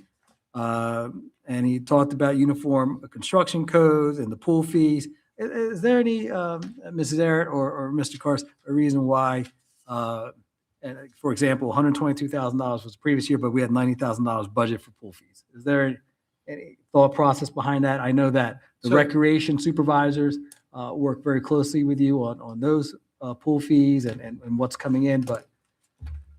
So contrary to what Mr. Sweet is saying, this is a responsible budget. It's built with regard to the safety, health, and welfare of the citizens of Gloucester Township. The mayor and Ms. Arrett. Can't hear you. Please, You're the Ms. only one Paris, saying you don't. please hear. don't shout. Ms. Paris, please don't shout out, please. The mayor and the CFO, myself, and Mrs. Jeppy met and went over this budget. The budget was a lot higher than the 17.5 cents when we first started going through this budget. I hear Mr. Sweet, and Mr. Sweet was given the information he requested back on May 11th. He's had 16 days to contact me, to email me, to call me. He sends Oprahs. He does things like that to try to get information off of text messages and emails, but not once has he called me to sit down and go over any of these numbers. I don't believe his numbers that he put together are responsible. I don't believe that his calculations of 0.5% being within are accurate.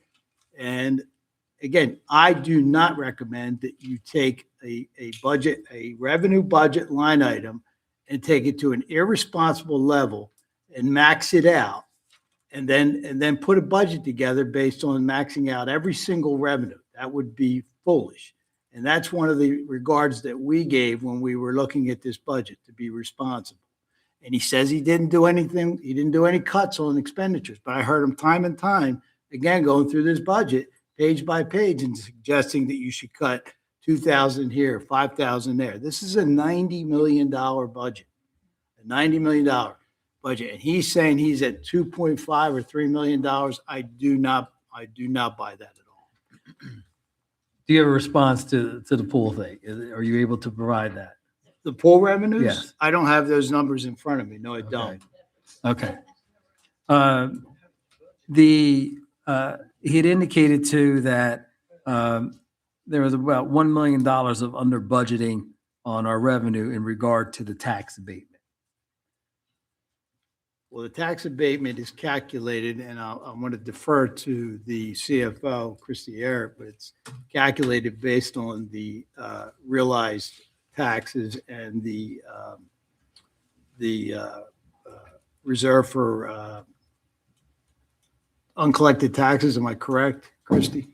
No, the tax abatements are new businesses that come in town, and they have a 5-year abatement. The first year is 0, second year is 30%, third year is 50%, 70, and then 90%, and then they fall off. So where you see the fluctuation in that number, it's because they start at 0, and then by year 5 they're at 90%.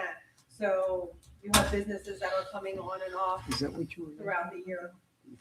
No. Yeah, He that's- indicated that that's it was not- understated. Yeah, that's not, you're not talking about tax abatement. Are you talking about the tax The abatement? comment that was that I it was misunderstood. understated. I misunderstood the question. The abatements are calculated based on the information provided by the tax assessor.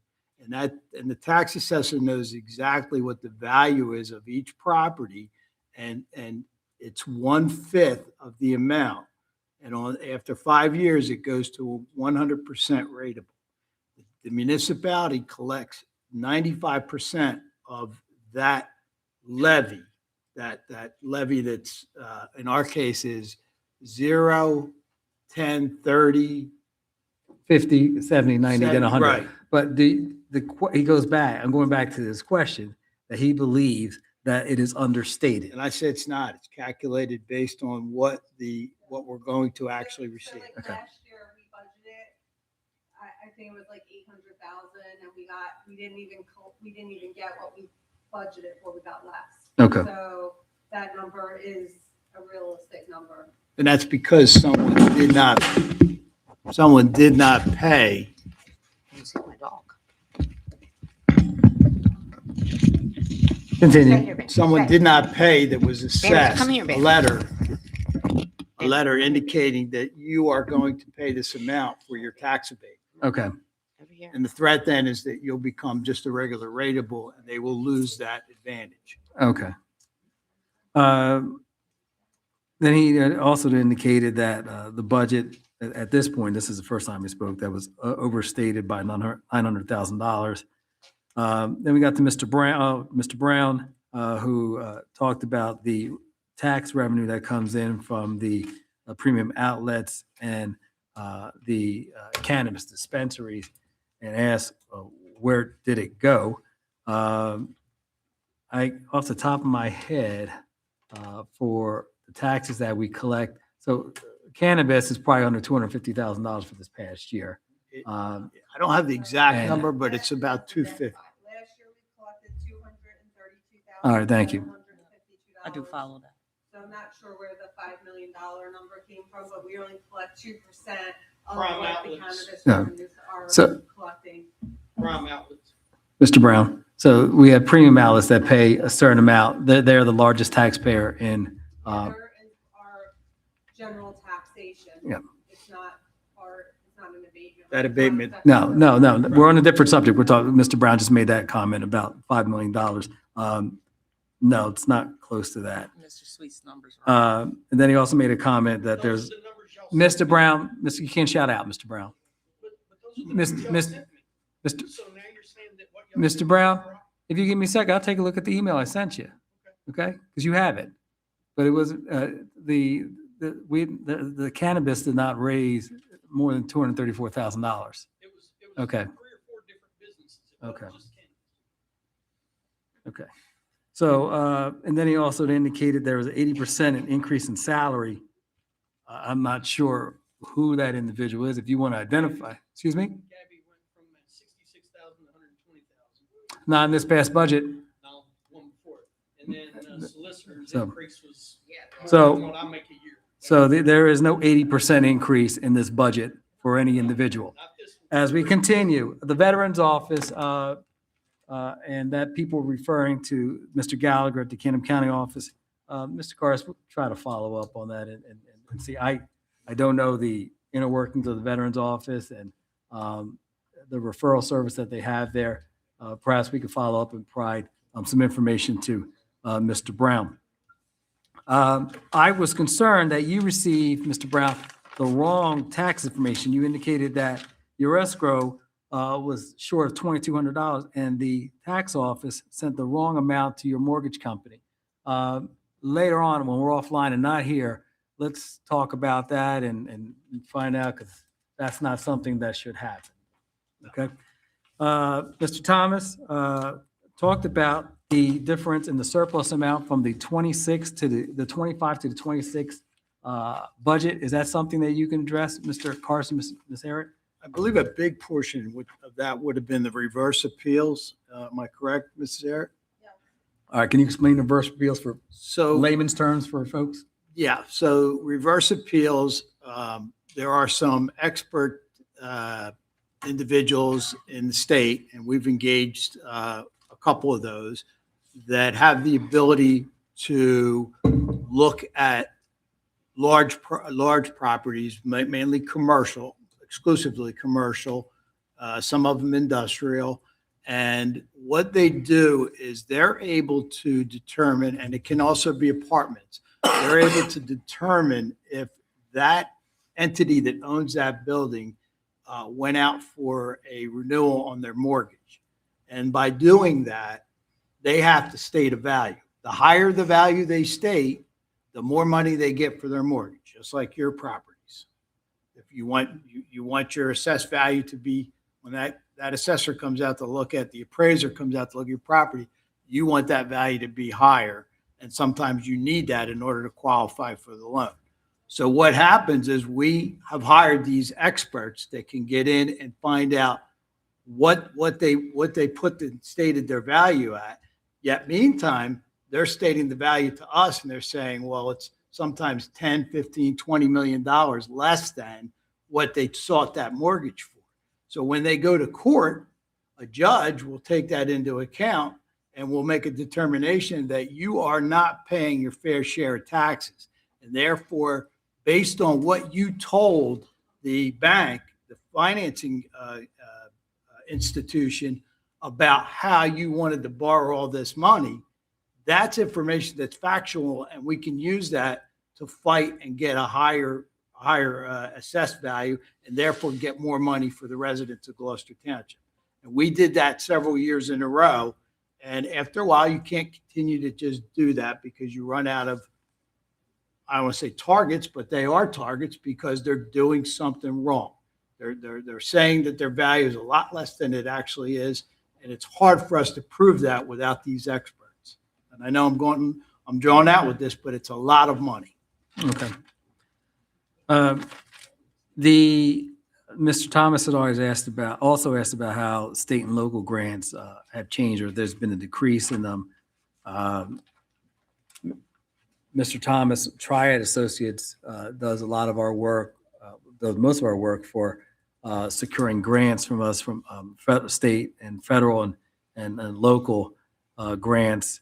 For example, Jake's Place, Jake's Playground, some recreational grants. The police department secures some of their grants on their own. I'm not sure, and Ms. Zarrett, maybe you can comment on this, Mr. Garth. Have we seen a decrease in funding from state and federal grants? I don't think you're getting any federal money. What you get is grants that are offset by projects like DOT grants, things of that nature. The state of New Jersey has a knack for not increasing state aid. And when they do, it's usually a very nominal amount, maybe 200,000, maybe 150,000. We get, I believe, 5.5 million or 5.6 million each year, Chrissy, is that correct? And that has remained flat. That has remained flat. For over a decade. Correct. There is some talk right now about reinstituting the energy tax receipts, but I don't think that's going anywhere. So I think we're stuck at that 5.6, and that 5.6 is really not a lot of money for us coming from the state. Okay.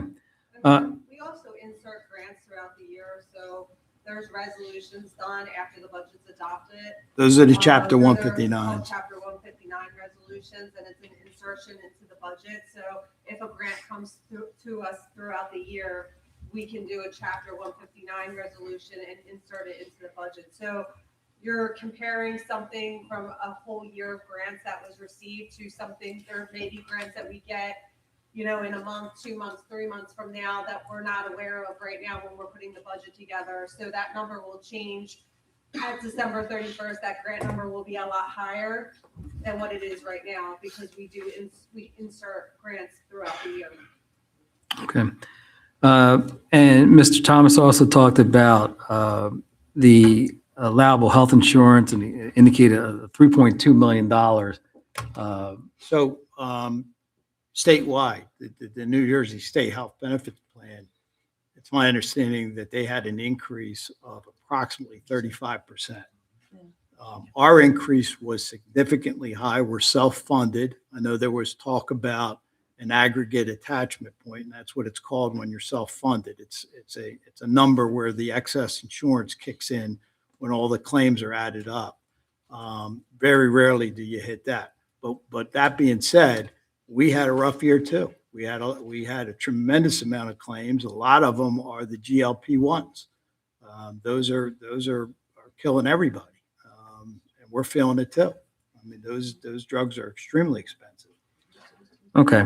Mr. Rocio, he left for the evening, indicated that the new houses in ShopRite, that these students are going to need to go to schools. I work for the Gloucester Township Public School District, and the enrollment for the Gloucester Township Public School District for the last decade or so has remained in the 6,500 student range. There has not been an increase in enrollment.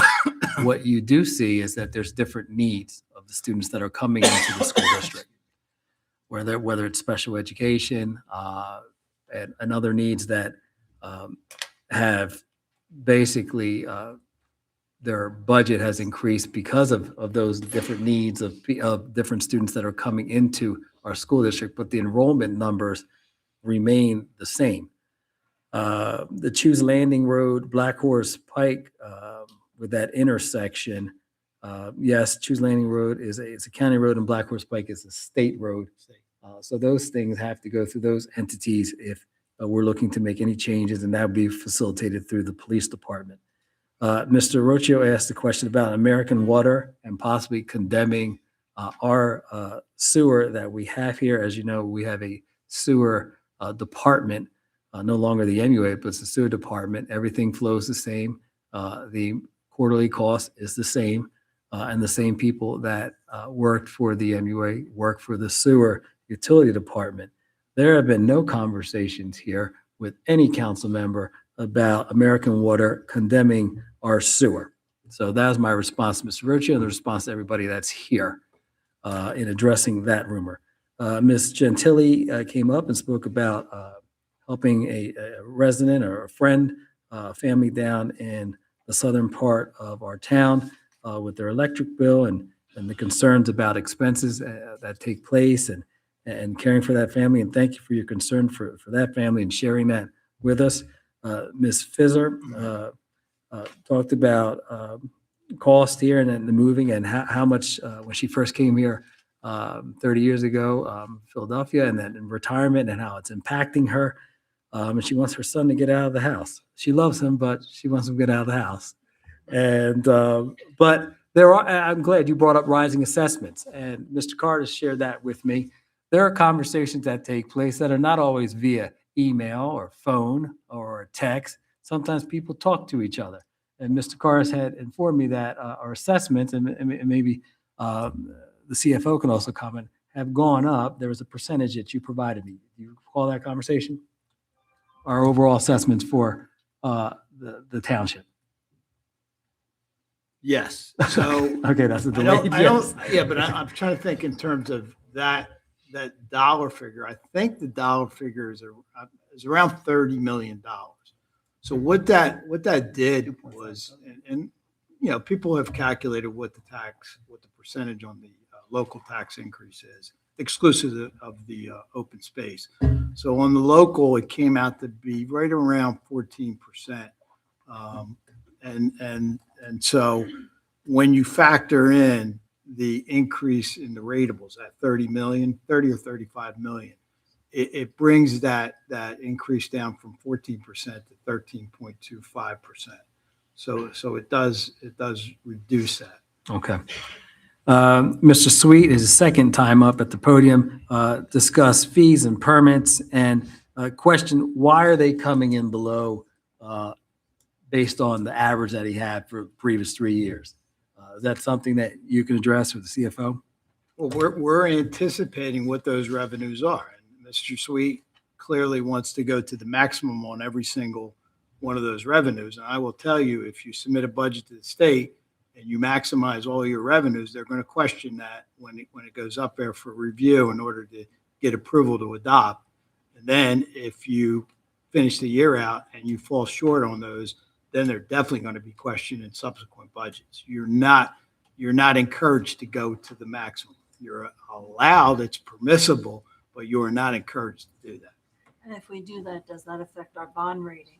It could, because it could create an over expenditure of appropriations, which then creates a deferred charge, which has to be raised in the subsequent year's budget, and that is a big problem with the rating agencies.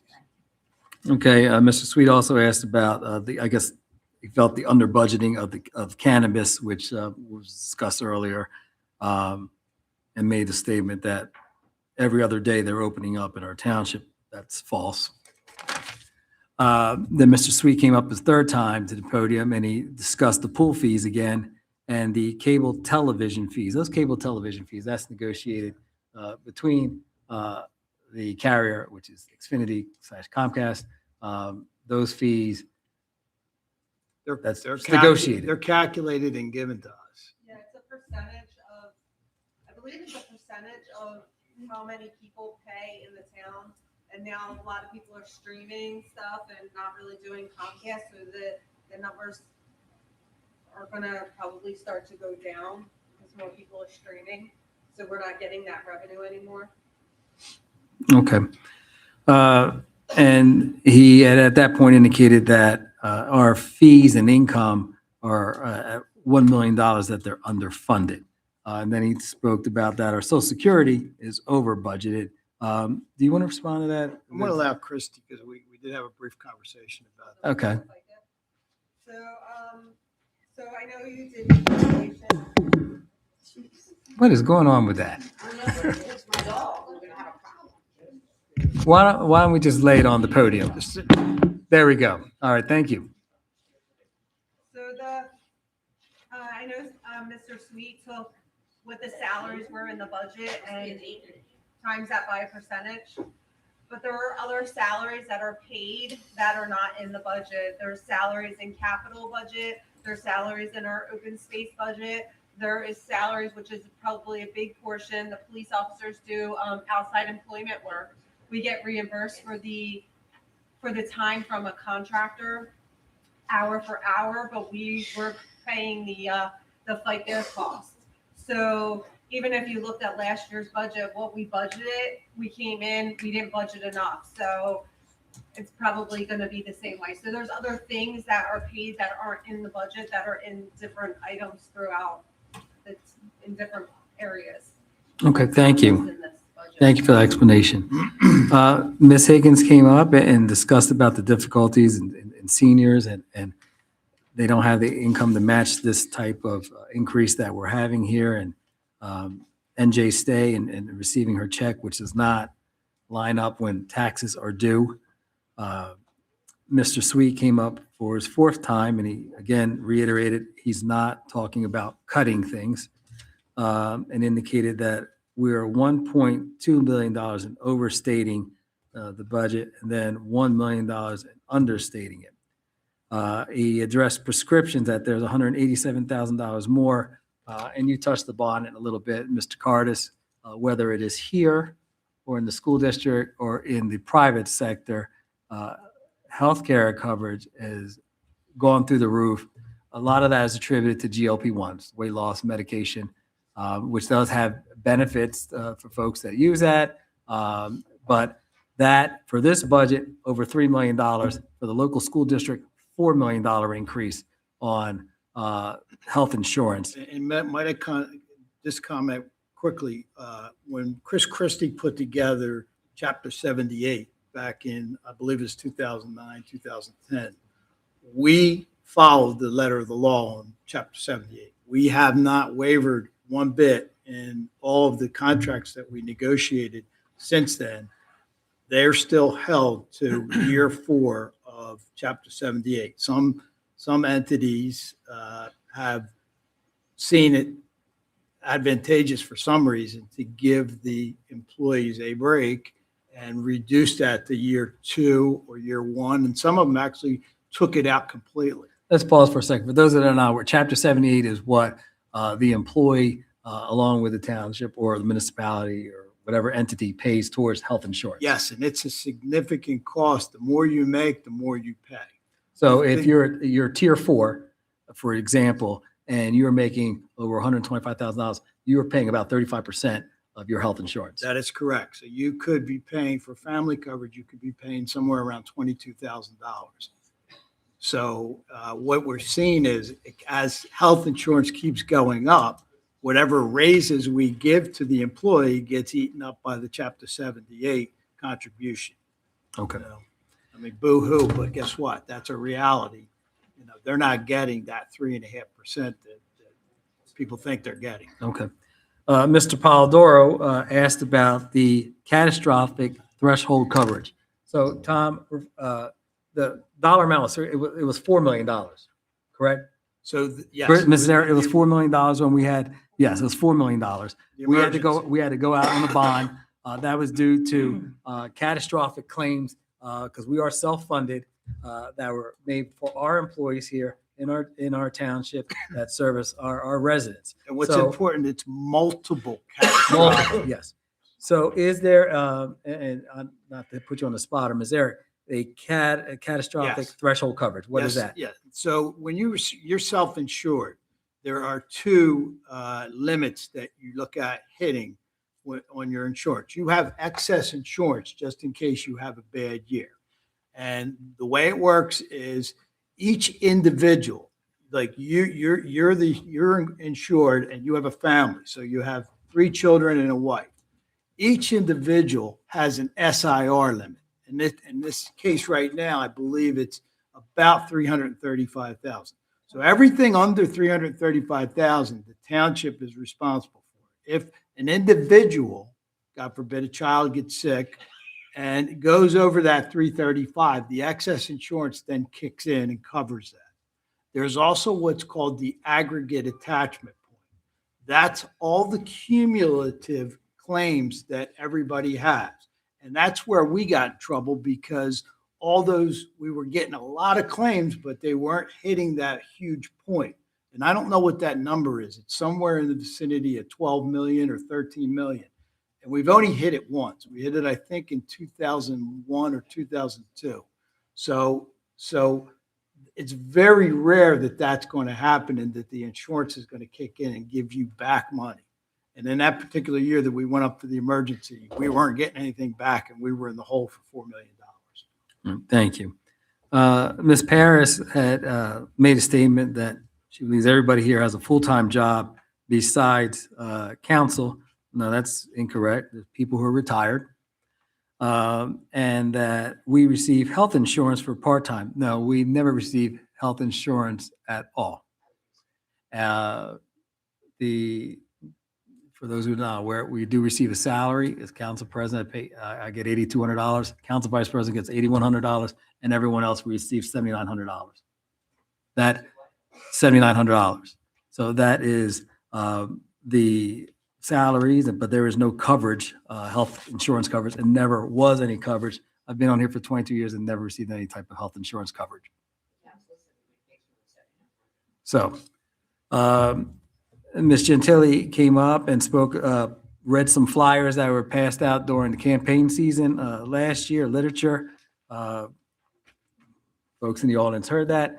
But then they also talked about the electricity rebates. Mr. Carter, is that something that we could follow up and have a conversation with and see where that's at? Okay. Maybe workshop or upcoming meeting. Mr. Sweet came up for his 5th time and talked about that we have to budget properly and that perhaps there's some manipulation that's taking place and probably to create a surplus. But then he got into the Oprah request. And I'm going to state again, as I stated at the last meeting, Mr. Sweet, there are conversations that take place not always on an email or a text message. People pick up the phone or people speak to people in person. So there's a lot of assumptions that Mr. Sweet made about people not having conversations with the township administrator. There was a subcommittee that met with Mr. Cardis and the CFO. I believe it was a Tuesday evening, Mr. Mignon. I believe it was either May 5th or May the 6th. Okay, that Mr. Mignon, Mr. Nash, and Ms. Albright Troxel met with Mr. Cardis to go over the budget and had some questions. Prior to this budget being releasing, Mr. Carson and I had several conversations. So I don't know if you can Oprah a conversation that took place on a phone, You could try, but there are conversations that take place. And unfortunately, Mr. Sweet, you make a lot of assumptions that are incorrect. Mr. Sweet came up again for a sixth time and talked about his budget and the citizens' budget. Not a lot of people know about that citizens' budget, but he, and along with another individual that no longer resides in our town, put a budget together and proposed it and indicated that their budget was probably a better budget than what our CFO and what our township business administrator put together. And once again stated that the budget is overstating and understating certain items. My Valley Brook neighbor, Miss Sophie, Sophie, what's your first name? Sylvia, I'm sorry, completely got it wrong. Okay, talked about, made some comments about affordability and kids in our playground.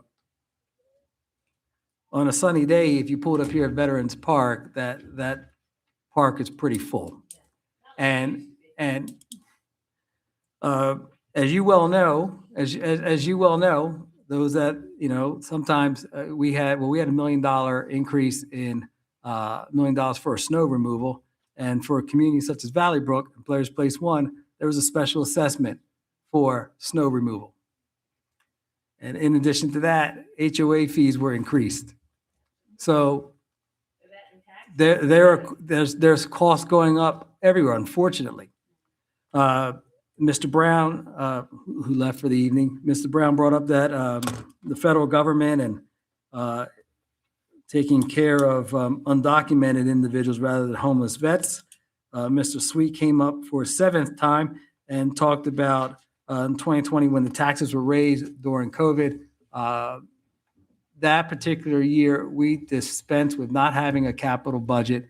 What's included in our capital budget are improvements to our roads, our sidewalks, purchases to, for example, we purchase vehicles each year for the police department, any type of equipment that they need, public works, those things. We did not have a capital budget that year due to COVID, but yeah, unfortunately, we had an increase that year. So that is correct. Mr. Sweet came up for his eighth time and talked about shouting out the clouds and explained that. And has indicated that he has proven that none of the members here of council have had conversations with Mr. Carter. He has proven that. And unfortunately, Mr. Sweet, that's a lot of hyperbole from you. I think the question was, did you drive here? And the answer to that is yes. Excuse me? The answer was, did you drive here? My answer is yes. Drive here. For that, to talk to Mr. Carter. Oh, okay. Okay. Oh, in person, yes. In person, a lot of us. in I person. called him myself and met with him personally, one-on-one. So I guess, so that concludes my responses to the comments. There was a, if you don't mind. Did I miss one? Okay. There was a question. I was like, Ms. Perez, I'm having a hard time hearing because you're chattering there. Could you, but I'm having a hard time hearing because.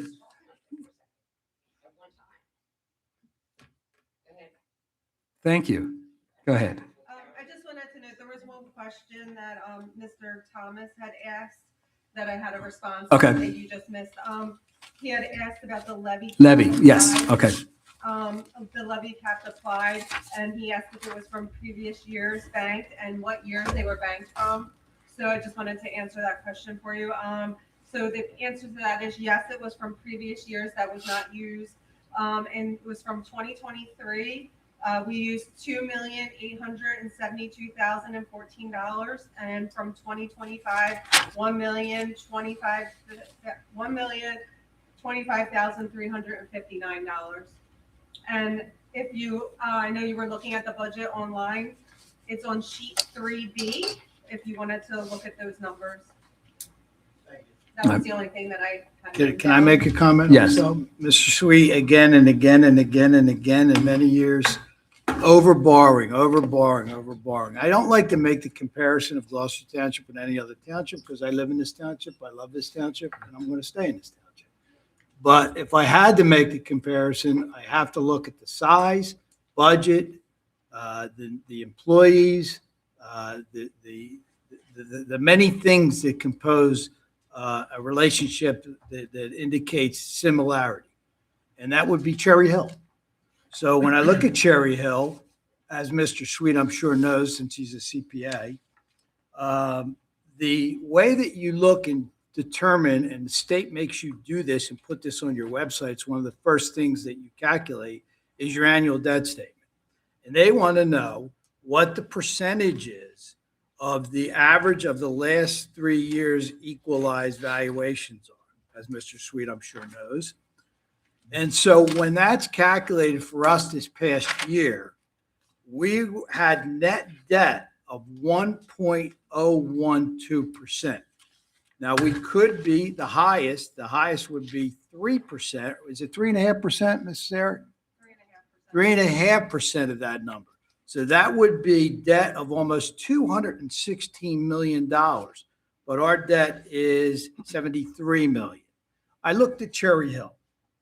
That same calculation for Cherry Hill, where we're at 1.012%, Cherry Hill's at 1.03%. So something's going on over at Cherry Hill because they must be over borrowing too, because their number is the same as ours. Not sure why that's happening, but I thought it was important and germane to this discussion. And I can add to that, I do work in Cherry Hill, and they had to make 74 teacher cuts. I think everybody in New Jersey's So struggling right now. It's been tough. It's been tough, and they had to raise taxes as well.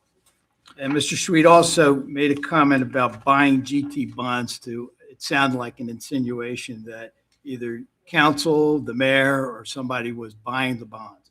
I'm sure Mr. Sweet knows, again, he's a CPA, that the bonds are sold in increments of $5,000. They are sold on Wall Street, and they are sold to investment firms. They are sold to pension funds.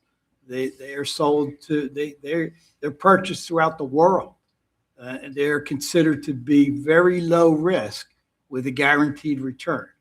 I don't know of anybody who went and bought a Gloucester Township bond for $5,000. I certainly did not. So I don't think any of you did either. That's it. Thank you. Okay, so we're resolution 2605-173. We had our public hearing. I need a motion, first and a second, and then we can vote. So we have a motion on 173. I'll make that motion. Second. And this is a resolution to amend the 2026 budget of the Township of Gloucester, County of Camden, State of New Jersey. Roll call, please. Mr. Mignon. Yes. Mrs. Albright Troxel. Yes. Mrs. Grace Love. Yes. Mr. Nash. Yes, to amend. Mrs. Walters. Yes. Mr. Castro. Yes to amendment. Mr. Mercado. Yes, and that was to amend. Resolution 2605-183, resolution of the Township Council of the Township of Gloucester, County of Camden, State of New Jersey, adopting the 2026 calendar year budget as amended. May I have a motion, please? Make that motion. Second. On the question? Roll call, please. Mr. Mignon. Yes. Mrs. Albright Troxel. Yes. Mrs. Grace Love. Yes. Mr. Nash. Yes, can I make a comment? Yeah, absolutely. So, like Sam mentioned, and as some of you may know, may not, going to make some clarifications because it was new to me when I first joined council as well. So we're looking at about a 14% tax increase. That is being applied to 32% of your taxes. So if you pay $10,000 of taxes, it's $3,200 will be increased by the 14%. On average, you're looking at about a $300 to $400 increase per year, $25 to $33 per month. Now, I hate taxes. $25, $30, $40 a month, still expensive. But taking into consideration today's environment, gas prices. Just today, I filled up my daughter's car. I easily paid more than $40 today for gas than I did a year ago. Taking consideration the increase in our health insurance, gas prices for the police cars, public works, trash collection prices, everything's going up. So to see a $30 increase per month on average, I feel as if it's a sound budget. I think Chrissy and Tom did a great job with it. As much as taxes stink, we hate them, we're paying them as well. I think it's something that we have to deal with. But with that being said, my request to council, looking to the future, let's maybe take this into consideration throughout the year, looking for 2027, And let's see what we can do to potentially eliminate this or alleviate these types of increases in the future. Because as of now, all we can do is look to the future, and that's what I'm asking council to do. I vote yes. Mrs. Walters? Yes. Mr. Castro? Yes, and I agree with everything Mr. Nash said. Mr. Mercado? Before I comment, there are a $3 million increase in this budget attributed to health insurance and a $1 million increase due to snow removal. If those things did not happen, we're not having this conversation. It's not a double-digit increase. There would have been an increase. Costs rise every year. We have contractual obligations. We're living in a time where, unfortunately, costs are going up, and it is, we try our best to minimize it. And if you're going to pay these amount of taxes, you have to get something in return and make you feel that you are receiving something of quality and value from the township. But Mr. Sweet, I don't have a problem with Mr. Sweet going through the budget and scrutinizing it. And I wish more people took the time to do that and take a look at it. Comments made by him makes you think. Iron sharpens iron. And I do appreciate the time and effort that he took in going through the budget. But bringing up $1,700 in police dues doesn't change a $90 million budget. I understand with understating and overstating a budget, but two factors, $3 million increase in health insurance and a $1 million snow removal cost that no one had anticipated. Those are the things that are driving this budget, unfortunately. With that, I vote yes. GTE Gov Access. We did not receive any GTE Gov Access emails. We'll now open up the second public comment, the public participation for any item that you wish to speak upon.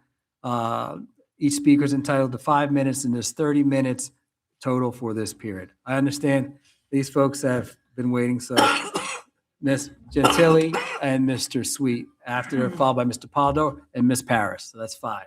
Okay? Absolutely. So we'll take you two, the couple, okay, followed by Ms. Gentili, Mr. Sweet, Mr. Polidoro, and Ms. Paris.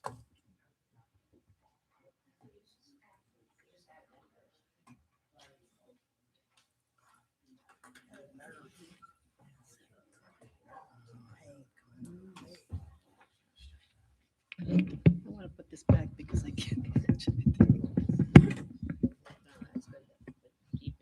There you go. All right, those are the pictures of our yard. So, Can we have your name, please? yes, I'm Cheryl Player, and this is my husband Jeff Player from Ariel. And you'll see the pictures of our gardens. Beautiful, healing, eco-friendly, notable garden experts, including the top ranks of the Philadelphia Horticultural Society, have acclaimed the excellence of our garden architecture and gardens. Our gardens have brought joy and hope, balance, and recovery to many. Jeff, as a Camden County Master Gardener and Master Builder, and myself as a dedicated ICURN for many, many years, enjoy our gardens to restore us spiritually and brings us wholeness. We hope you enjoy these photos. Take your time perusing to see each one. On October 23, 2023, Jeff and I stood in front of this council to report to you the multiple abuses of code enforcement officials Gene Martinez and Tony Guevara, resulting from their collaboration with our white supremacist neighbor in racial bias attacks and promoted by them under the color of law. So code officials Gene Martinez and Tony Guevara had collaborated with our white supremacist neighbor and under the color of law wrote frivolous, multiple frivolous violations. This council and solicitor's office promised us a follow-up and an investigation, neither of which occurred. We're still waiting. Dozens of frivolous complaints developed in a collaboration between Gene Martinez and our neighbor tormentor were dismissed along the way by the prosecutor and the judge as invalid. So those frivolous violations were adjudicated and were dismissed by the judge and the prosecutor. Gene Martinez has misused his office and the resources of this township to punish us. His obsession with us is quite disturbing. Gene Martinez and Tony Guevara continued their abuse of office to this day. Frequent slow drive-bys, parking their code car in front of our property for a long time, surveilling us, surveilling our property, watching us do yard work. Any attempts to communicate with Gene Martinez are met with the darkest stares and rolling up his window. Neighbors have expressed their concern of similar encounters with them when they question his stakeouts of our property. Code's lingering presence in this neighborhood scares them. The hate speech of our white supremacist neighbor has taken root, and the weeds of hostility and aggression have grown in him. Our psychologist neighbor, the other neighbor, summed up that Gene Martinez's actions and words demonstrate a self-appointed hero, and now we are the villains. The county prosecutor's office was so disturbed by the evidence presented and the confrontational, their words, not mine, Gestapo-style raids. They directed Gloucester Township Internal Affairs to investigate and take action to discontinue the abuse of power. Immediately, within a day, Gene Martinez and Tony Guevara returned and escalated into yet another fully ramped up raid with aggression and retaliation in their faces and action, shooting photos of anything and everything on efficient expedition of our property, trespassing neighbors' yards, climbing over fences, straining their bodies, contorting themselves to squeeze through little tiny holes to take skewed pictures of our property. These all resulted in frivolous violations, and yet we have this emotional and stressful pain. We also notified Attorney Colomere. I see that Mr. Hutchinson is here now, and Marion Coyle of the Solicitor's Office to investigate Code's abuses. Unfortunately, they said that they would follow up, but we never got an answer. We feel that this is an evasion tactic on their part. So the Camden County Prosecutor and the State Attorney General have been monitoring this ongoing harassment. The offices of Congressman Donald Norcross and Commissioner Jeffrey Nasher also have been updated. They have repeatedly appealed to the mayor and to the township to stop this. This month, my birthday, Asian Month, Nurses Week, Mother's Day, good timing. Gene Martinez, May 5th, 2026, slowly drove by as we were planting flowers and trimming trees. The increasingly frequency has been disturbing. Gene Martinez apparently saw our cameras and returned. Mr. Player. They did. Okay, you finish. You finish. The contempt was obvious and unabated. He came, saw us working in the yard. We took pictures because he's been doing this more and more frequently, and neighbors have been recording their concerns. He then came back and staked us out for a long period of time, just staring at us with contempt. We approached him and asked him what was the problem, what was wrong. He refused to answer us. He went, closed his window, sat there for another long period of time watching us. And then Tony Guevara shows up and they did a full ice raid. They just started ransacking our property, going all over, going down the sidelines. I'm going to show you some pictures of our property. I'm going to show you pictures of our neighbor property, climbing over trash bags in neighbor property, weaseling behind sheds, peering through the things, trying to find a bad shot, like the one they used when we were doing last May. And anybody knows planters and gardeners in May, dig up the garden. They ignored all code violations in the rest of the neighborhood. They, yes, and so it appears they're just obsessed with us. They got rattled up by a racist neighbor. They just kept on attacking. They continue to be weaponized. And that's not something code officials are going to do. I'm a lifelong construction person. I know how code officials. This is the worst qualified code official I ever met. He came out of the police force with no training, and his method is to control and dominate. He misused the tree laws, and he told all kinds of rights to our neighbor and gave her free reign to damage and destroy our garden. I hope I'm okay to go this far. Yes. I'm going to show you. You look at these pictures. See this Ichabana art?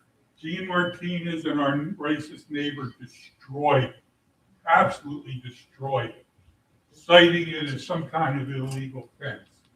They told us we had to cut down everything in our front lawn or post a bond, surety bond, because we're interfering with utility. I'm in construction. I know where every utility on our property is. Okay? In fact, I help the 811 people when they come out to get the stuff they miss. Okay? You see this cherry tree here, a gift from the Japanese garden, the Japanese government, to PHS, which gifted it to me for the volunteer work. He actively participated to help our neighbor destroy it. And we were held at bay by cops by the misquoted New Jersey tree law, which they were given copies of that tree law. Okay? It's done. No, read the part. Okay.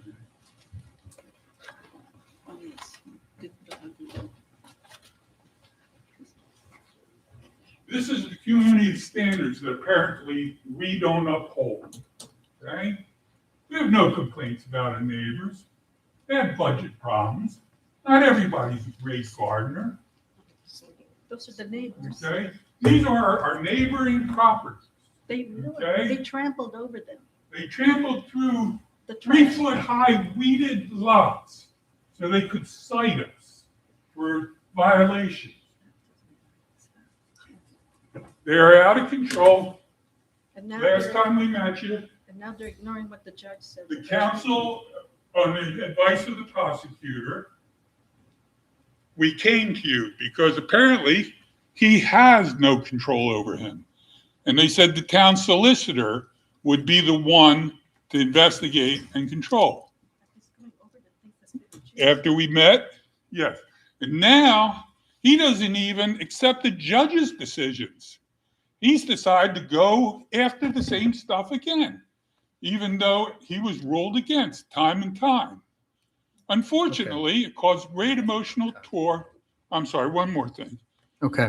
Okay, cost us a fortune financially, okay? And they just come in and have that with bullying, okay? And this is not America. It's racial. They're racial. Thank you. I'll respond after we've done our public hearing. Okay. Okay. Ms. Gentili? I guess I've asked that the commitment of council made us last time gets followed up on. Okay. Because we're living a nightmare in New Jersey, in Gloucester Township. Okay. Okay. Ms. Gentili? Thank you for your. Thank you. Hello again, Nancy Gentili, Blackwood. My first EGOV was April 26th for the April 27th council meeting. Then I sent another one following up with Mr. Orlando on 5/11, and then now here today. Just want to talk about the restoring comments on Gloucester Township official Facebook page. I understand that you clarified with your public comments regarding misinformation, hostile exchanges, and unneighborly comments on social media. Those concerns are a little bit different. So you have moderation, and then completely disabling all public interaction. Mr. Hutchison allows public comments on his Facebook page, your official Facebook page, as well as our governor, Mr. Norcross, many, many, many entities. And a few of you here have actually used our Gloucester Township Talk site to make comments, or have had asked people to make comments, or ask them. I believe, Mr. Nash, you asked someone to see if they could maybe host something at Harmony Hall, and that you were going to organize it. And then Ms. Troxel, you commented about a halfway house in your neighborhood. I believe you also commented about a police watch and something else. I can't remember. Assistance that someone needed about snow removal, that you were unable to help them. So you participate in other sites, but you don't allow the public to participate in the actual Gloucester Township Facebook page. And they were turned off last year. So if we have it respectfully, and there's moderation and there's rules, why can't we restore? It's a First Amendment right. And Ms. Troxel mentioned at the last meeting, at the very end for comments, you said that you like free speech, the First Amendment. So I'm sure all of us up here do. So if we can just restore them, so it would go back to asking, you said that you would open it up to a talk among council members. So if we can go ahead and do that, and We did. No one responded.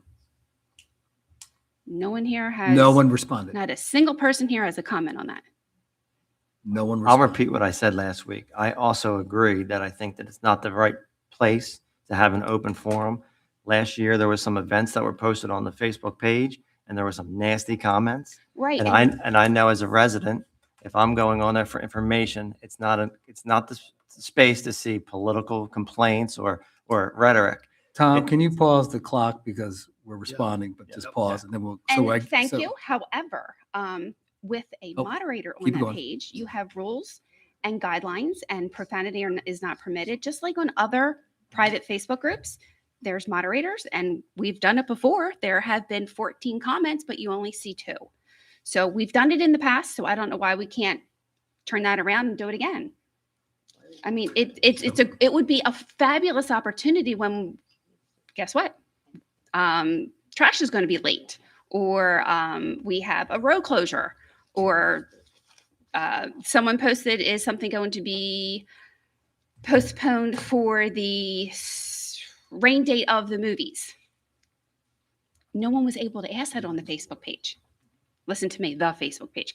So no one was able to ask that on Facebook for Gloucester Township site. So everyone is asking on the public's sites. Why couldn't someone just quick do a little, hey, Gloucester Township, are you going to have it? And then your moderator could respond. But no, everybody's hitting everybody up. Is it going to happen? Is it going to happen? Over 2 hours later, was it posted that it was postponed to the next day at a different location? You know, there's a wonderful opportunity to communicate with the residents.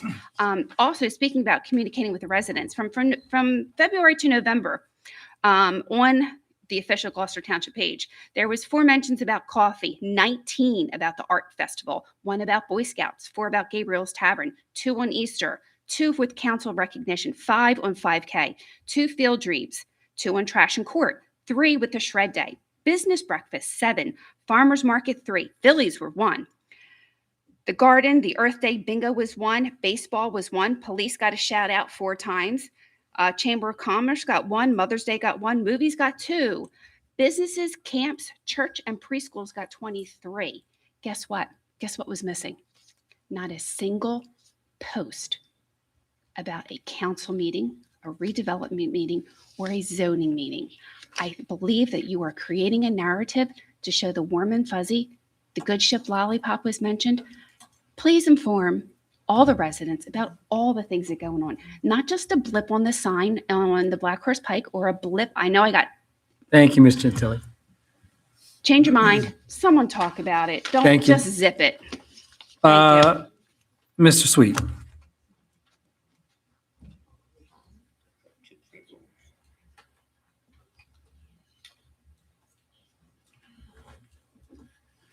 Sam Sweet from Ariel. When I say over borrowing, I want to be clear. I'm not saying that we're over borrowing by the amount that we're borrowing. What I'm saying is we're borrowing $200,000, or I'm sorry, $450,000 for roofs over a 5-year period and only spend 200,000 of it. That's what I mean by over borrowing. I'm not saying that the 73 million isn't warranted. Well, sort of am, because I don't think we needed to borrow $73 million because some of the items were never done. So when I say over borrow, we're borrowing for items that we're not getting to. $450,000 for a roof of the municipal building to be fixed in starting in 19, 20, not 20, 21, 22, 23, 24, and then there's only spent $200,000. And that was the Mr. Nash comment where he said to me, he goes, Mr. Sweet, you're not a roofer. You don't know how much a roof costs. I wasn't complaining about the cost of the roof. I was complaining that we borrowed $450,000 and only spent $200,000. And there's constant amount. There's so many other instances of that where we borrow an amount and we do not spend the entire amount. We borrow. It's been about a third. And I prove that. That's what I mean by over borrowing, just to be clear. Thank you. I'm not done. I just thank you. Okay. Did you, to Ms. Erat, on clarification, did you say that there's wages on the capital project budget? We'll answer that at the end. Okay. Which leads me then to, I would like to go back to the back and forth that we had, because that's a specific example, because if she answers that question and I have another follow-up question with it, I have to wait 2 weeks to get the answer. I understand why you took away that right, but I think it needs to be reinstituted. I never was rude to you guys. I've only shown respect on here. I've had, you may think just because I disagree I'm with sorry. I apologize. But that's a whopper. But go ahead, continue. you. Okay. Please continue. Okay. Let's not shout out, all right? You want to talk about disrespect? Yeah, you Please. disrespectful. Okay. Please continue. Okay. The comments that were made, some of those comments were, I get it. But as our elected officials, part of that job is to understand that you're going to be questioned. And if you don't like being questioned, then you shouldn't take the job. And as far as, there was no insinuation that council was buying bonds. My insinuation is that, I'll come right out and say it, that George Norcross's shell companies are buying the bonds, and that we're purposely over borrowing so that way he gets the interest. Totally legal. All of that is absolutely 100% legal. It's immoral that we're over borrowing by $12 million on a capital project, all right, and not spending it, or spending it elsewhere and not being told where it's being spent. Okay, wasn't insinuating that council was doing that at all. So if you would like to know where my thoughts are, please ask next time instead of making an assumption like that.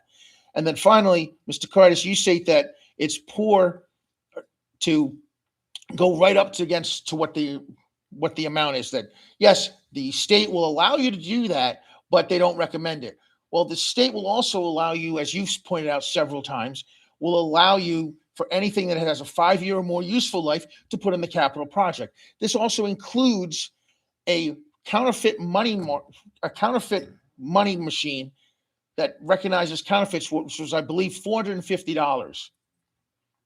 So just because you can't say the state will allow you to do it, but doesn't recommend it. Well, the state will allow you, but doesn't recommend it on the other thing. So you can't pick and choose. And then Mr. Mercado, with respect to your comment of, I'm insinuating, in this day and age, a lot of people communicate via email, via text, via phone conversations. And yes, I can't tape a phone conversation, but I can go to the call logs, and there was no call log. All right. So I can make an assumption on. Am I making a large jump? Maybe so, but not one email asking a question. I find that hard to believe. And I'd like you to reinstitute the policy of back and forth if possible. Thank you. Thank you. Mr. Polidoro.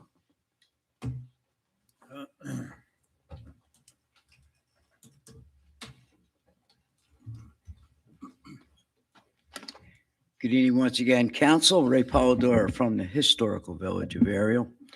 I really, you guys made me smile with the outburst, which I determined to be a dialogue. It was great to watch. Thank you for starting it off, Mr. Nash.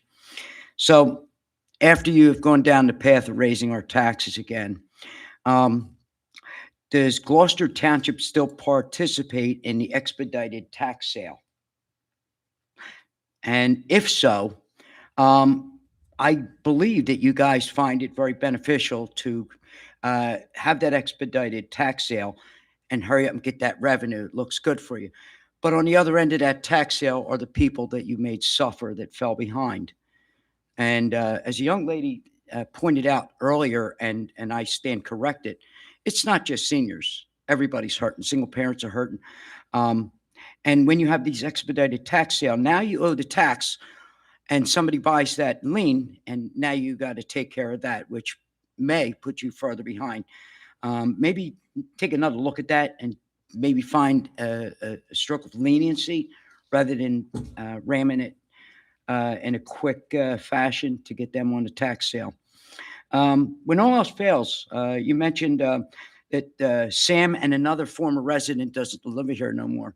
Well, that former resident that doesn't live here has a name. His name is Pete Heimboy. Put a lot of time with Mr. Sweet into putting these budgets together. And when you say he's a former resident that does not live here anymore, I wonder why. Just saying. I guess you kind of answered the question of the threshold and how healthcare costs are going up. And I would like you to address, if I'm not mistaken, I have not heard any change.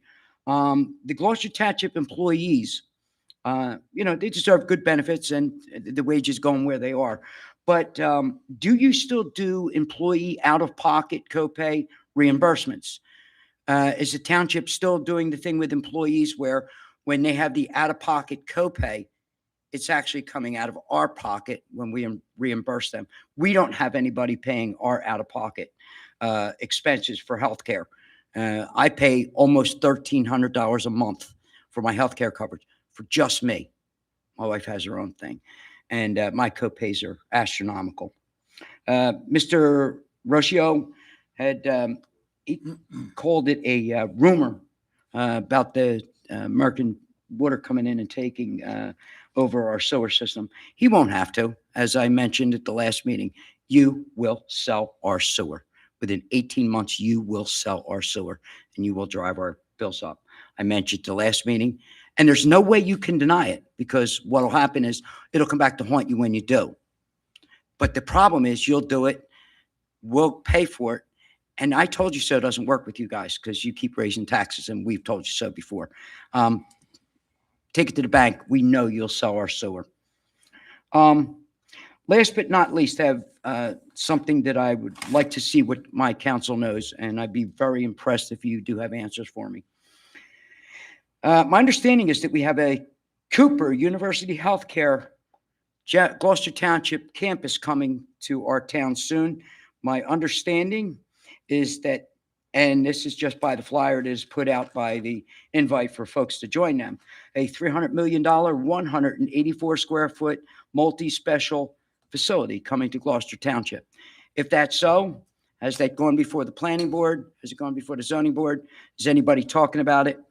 I'm sure the person that heads this Cooper program, he's already made out like a bandit in the farm property he bought and then sold to Simon Preetz, where we now have the Premium Outlet Mall. We'd like to know where this is going, what the process is going to be, and the input that the township residents will have. There's a meeting on that that looks like it's being hosted by Mr. Norcross and Governor Mike Schrill at the Premium Outlet Drive on Wednesday, June 3rd at 11 a.m. But I'd be thrilled to know what you guys know about it, and if that's something you want or don't want, and which way you weigh on it. I personally, if this is going to be a hospital, not only would I love to see a hospital come to Gloucester Township, because everyone in our township that has to go to Washington Township knows that if you're going there at 8 o'clock at night, you better call your work for the next day. You'll be there all day long. We could use it. So hospital would be great. I'd like to see paramedic unit in the southern end of town, because if I have a heart attack in aerial, I don't stand a chance if I need to be intubated by a paramedic, which the EMTs can't do. Thank you, Mr. Polidori. Thank you for your time. And Ms. Parrish is our last speaker of the evening. Stay there. A couple things. You broke 2 of your own rules, so I'd like to have the same courtesy back to myself. You gave the one person 10 minutes, so I'd like to have 10 minutes. I haven't been here for a while. You gave the first people 10 minutes, and also you gave somebody the ability to talk and you answered. So you broke 2 rules of your meeting. So I would like to ask a couple things. First of all, I asked you way back, and now that there's another Jewish person here tonight, I wanted to talk to him afterwards about getting the Jewish rabbi here to do the opening ceremony. So I'll ask him. Secondly, I'd like to have October, since we have Puerto Rican month, we have Black History Month, we have all these different months. I'd like to have October be Jewish History Month because of it's the holiest month of the year, and I would like to make a comment to have that of Jewish History Month. So maybe you can make that for October, which I know it's breast cancer month and everything else, but I'd like to make a comment on that. Secondly, Mr. Hutchinson, I took your advice and went to your office and went to see Jennifer for Senator Paul Moriarty. And I have gotten no answers from you, and they said it would take 3 months to a year to answer me. And you have a corrupt landlord in this township, and he's also gotten corrupt codes and violation and all types of things passed through your township through Jim Gallagher, I think his name is. Am I right? Is he your codes person? You'll answer me afterwards, I guess. He was very, very arrogant when I called him, but Mr. Puneet Khosla, who owns SDK Millbridge, has done about 10 different violations that I've contacted the Courier Post, Channel 10, Channel 6, Channel 3, Fox News, and it'll be all over. Gloucester Township is going to be out there, but not in a good way, and not in a good way at all, because you guys don't look at your apartment landlords. This man has charged every single 850 apartment units $31 a month for sewer. I've been there the last 11 years, and because my father passed away, one of my sons got killed and decapitated in a car accident, because my mother's in hospice at 95 years of age, my father-in-law just passed away, and because I'm just diagnosed with a lot of medical issues that I don't feel well, I have been fighting for 850 residents right now because we've been charged something called RUB. Does anybody know what RUB is? No? Mr. Carter, do you know what RUB is? Anybody? You please Who's in continue. construction here? Anybody know what RUB is? Well, this man, and you guys let him go away with it. Who works with Mr. Gallagher? Who works with him? Who's his boss? Who lets apartment landlords get away with things? You guys, who checks on apartments in this township? Okay, nobody's going to answer me. Okay, well, I want the answer because I need him, because I want to give it to all the newspapers and the TV stations, okay, and also a radio station I'm going to be on. Because for the last 11 years, this man has had 1 meter in front of the 850 units and has charged every single apartment what he feels like charging for gas and hot water. He takes every apartment and he decides what he wants to charge. I can't live with heat, and I can't live with heat. I don't have the gas on. I'm on the 2nd floor because I can't breathe. Okay, I have 4 lung masses. All right, and I cannot breathe. So what happens is that I don't have my heat on all winter long. And then October, my father-in-law died. I wasn't home from October to November when they decided to open up a luxury amenities place where Jim Gallagher okayed a big, huge gas range thing, 6 big gas ranges, okay, with bricks and concrete, 4 feet away from a playground. He passed a code permit where kids can run from the playground into this concrete and the gas ranges with nothing blocking it. so these kids can get hurt or burned. There's a playground. I called Mr. Gallagher about this situation, and he said, "Who are you?" I said, I'm helping and I'm leading this with 850 units of people, seniors, single families, everything. And now these kids are going to get burnt or hurt. And let me tell you something about this. So he said to me, "Well, mind your own business. I'm not going to talk to you." I said, "Who's your boss?" "There's no boss. I'm the boss." This guy passed this code guy, Jim Gallagher. Okay. Now, Mr. Puneet, Time. excuse me. I'm sorry, Ms. Parrish. No, your I'm time going to is get up. another 5 minutes, just like that No, couple I'm did. sorry, your time is No, up. it's not up. I'm sorry, your time is up. I live in this township, and you're going to We'll close the public hearing. Wait, Okay, so we're going to address the players. Mr. and Mrs. Player, I received an email from you, and that email, I will forward to our township solicitor to follow up for that. And could you and Mrs. Hoyle follow up? Okay. The players had sent an email to me as well, documenting some of the information that they presented here today. I do recall when they were here back in 2023. Is it possible that your office can resume this conversation with the players? I sent that and also email speak to- to you sent it to the solicitor as well, and also Ms. Coyle, who may be familiar with that, and get to the bottom of this. The code enforcement individuals, they fall underneath the Department of Community Development, and also, I guess, loop in the director in there as well. Okay? Ms. Gentili had comments regarding the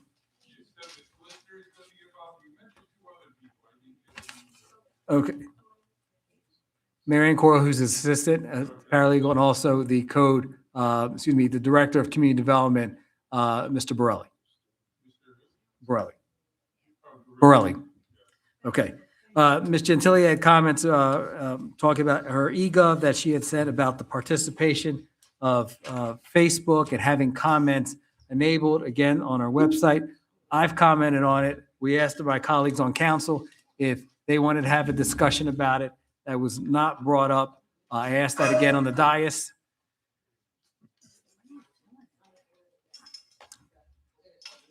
And Ms. Gentile, you referenced a Facebook page, and the things that are said on that particular Facebook page, there is no monitoring of those pages. People post things, rumors, innuendos, things that are false. And if individuals, residents from our community want communication, we talked about the ways that they can communicate with the township and the information that's provided to them. In addition to that, Nixle, if there is something that is happening in our community, people can sign up for that. They receive that information. They can contact the different offices. They can email, call, they could chat. I had to check to make sure, is our our trash going to be picked up? Is there a delay? And I got a response back. So there are ways to communicate. I stand by my opinion on that. But again, this is an administrative function through the administration, and they chose not to have comments enabled on the Facebook page. Mr. Sweet explained his thoughts on overborrowing and clarify that. He did pose a question, Ms. Arrett. Ms. Arrett, do you recall the question? I put an email or a call.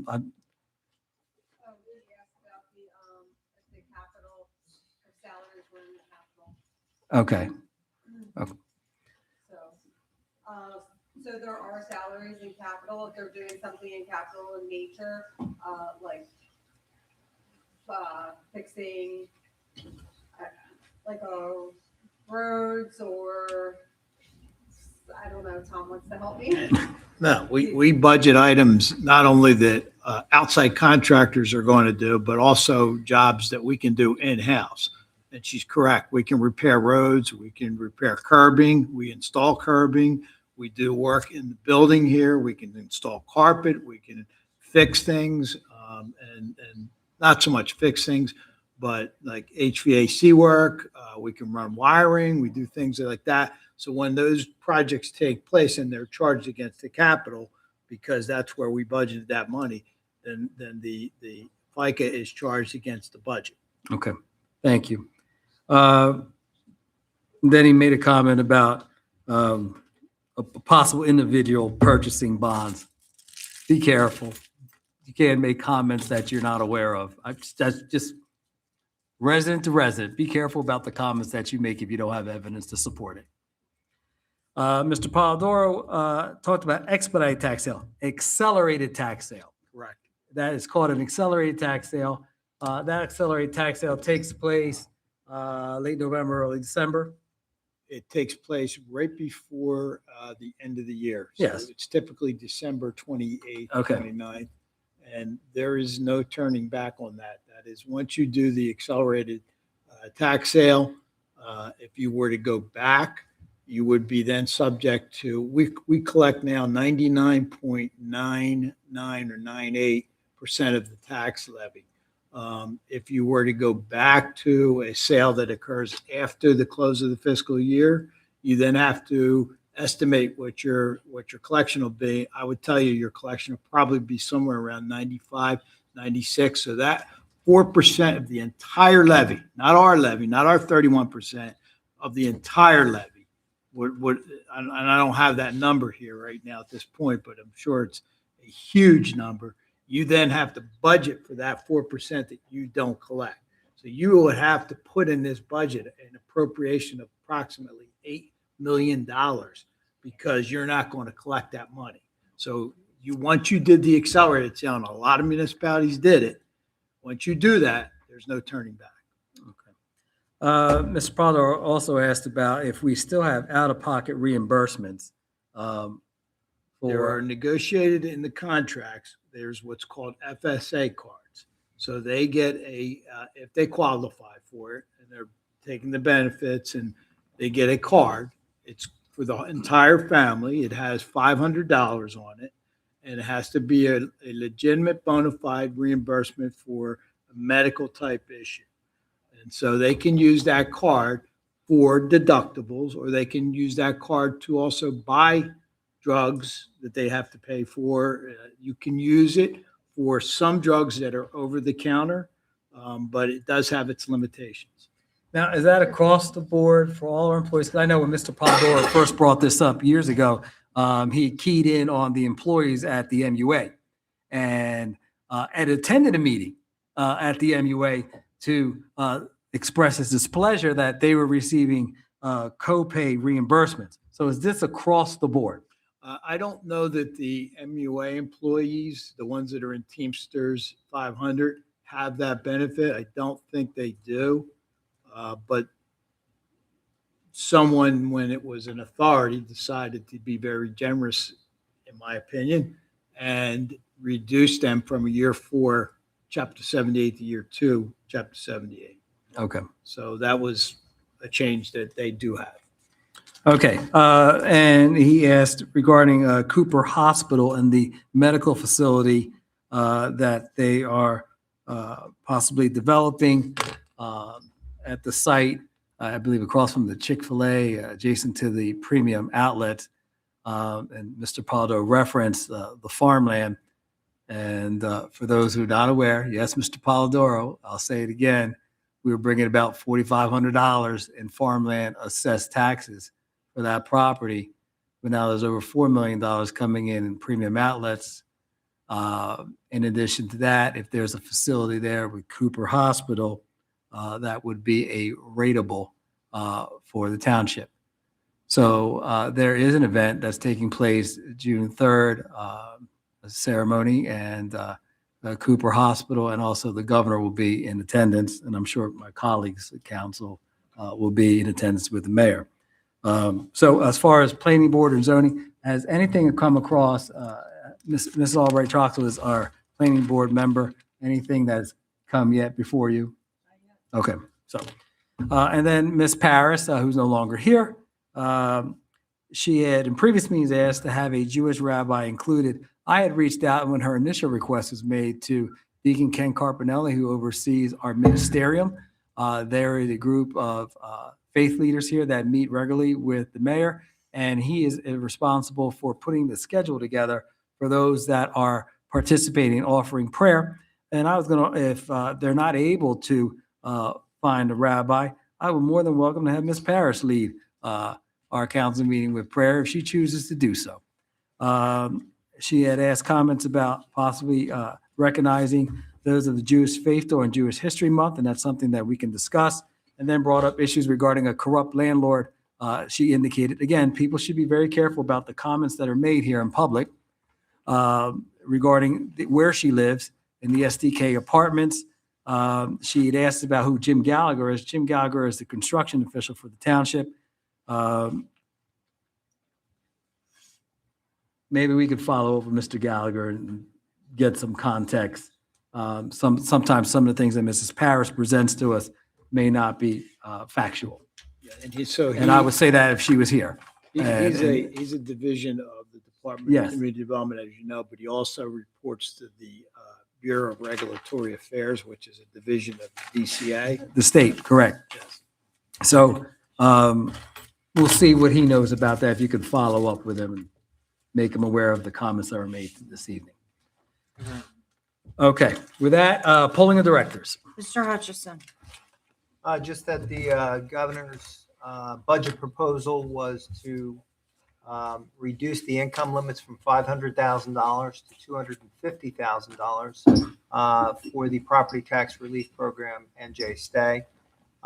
She had also made a second request, it's my understanding, to reduce the overall benefit from a cap of $6,500 to $4,000. I will say that the legislature has the budget right now, and we're going to be reporting back shortly. It's my intention to keep the 6,500 cap in place and the 250,000, the reduction at 250,000. I can live with that.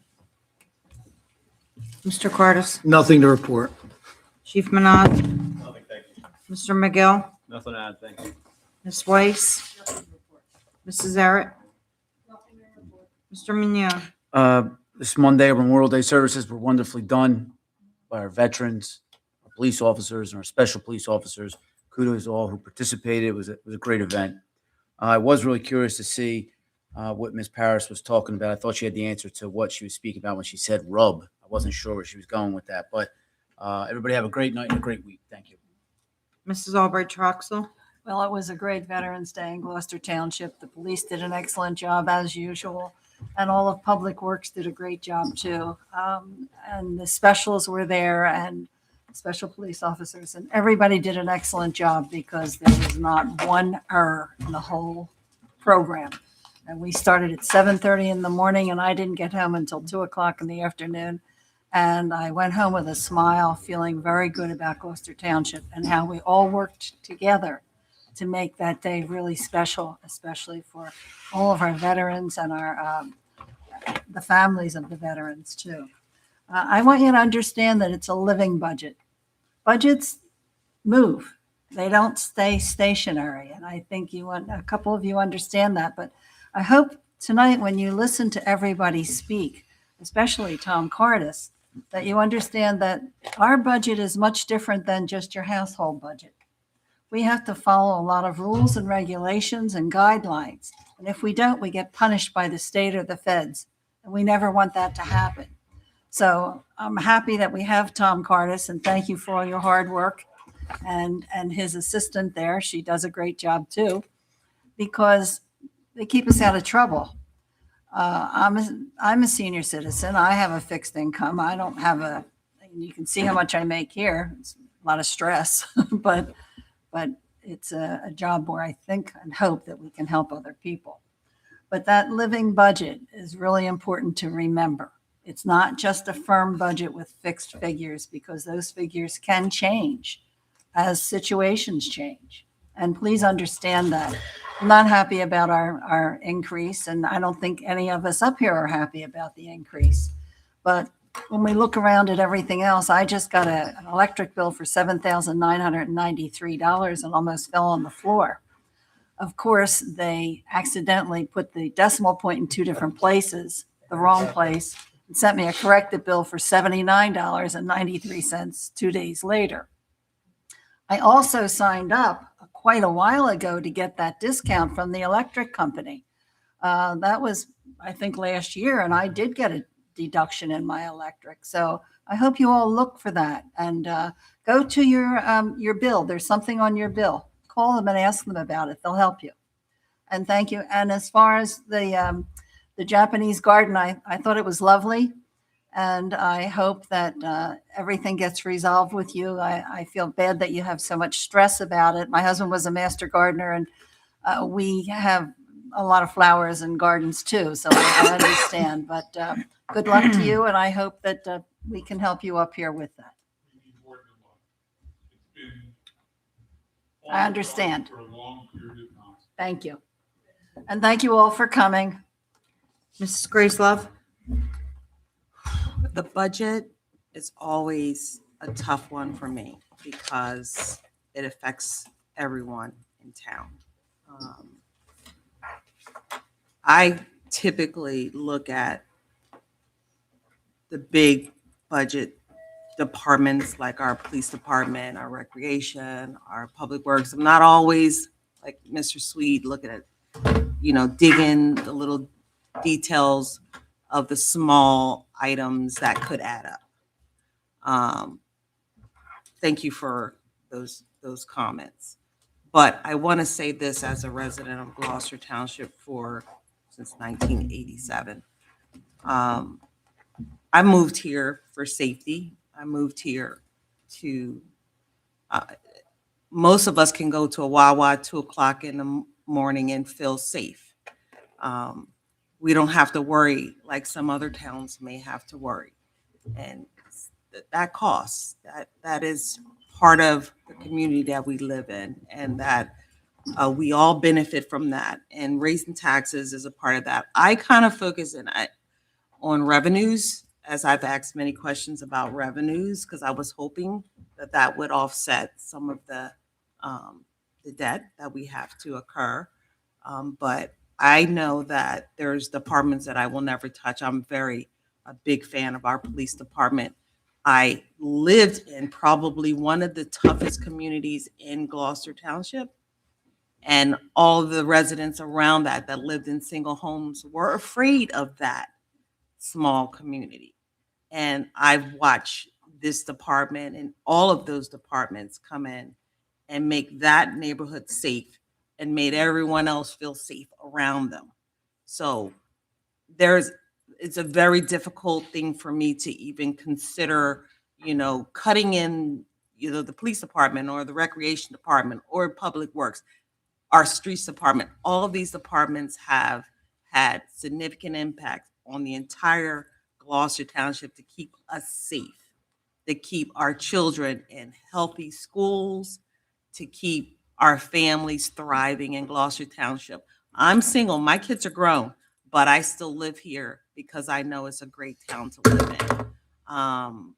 But it's always going to be difficult, and I hear you, I hear everyone here. But we have to make hard decisions. And, sometimes I feel like I'm on the fence with things, but I know that once I make that vote, I know I'm driving in the best interest of Gloucester Township. So I do want to thank everybody for coming out, and we're always here to continue to support the community. Mr. Nash? Thanks for everyone for coming out. Mrs. Walters?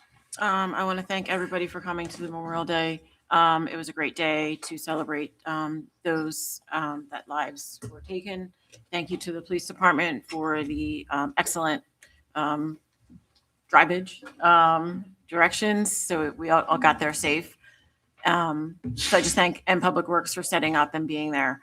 The budget is very difficult. Like I said before, last time, I work many jobs. I pay the bills. I have kids.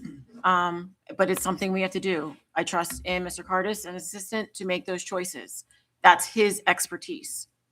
There's always room to see what's needed next year, what's not needed, what works out. It's back and forth. It's not just set standards.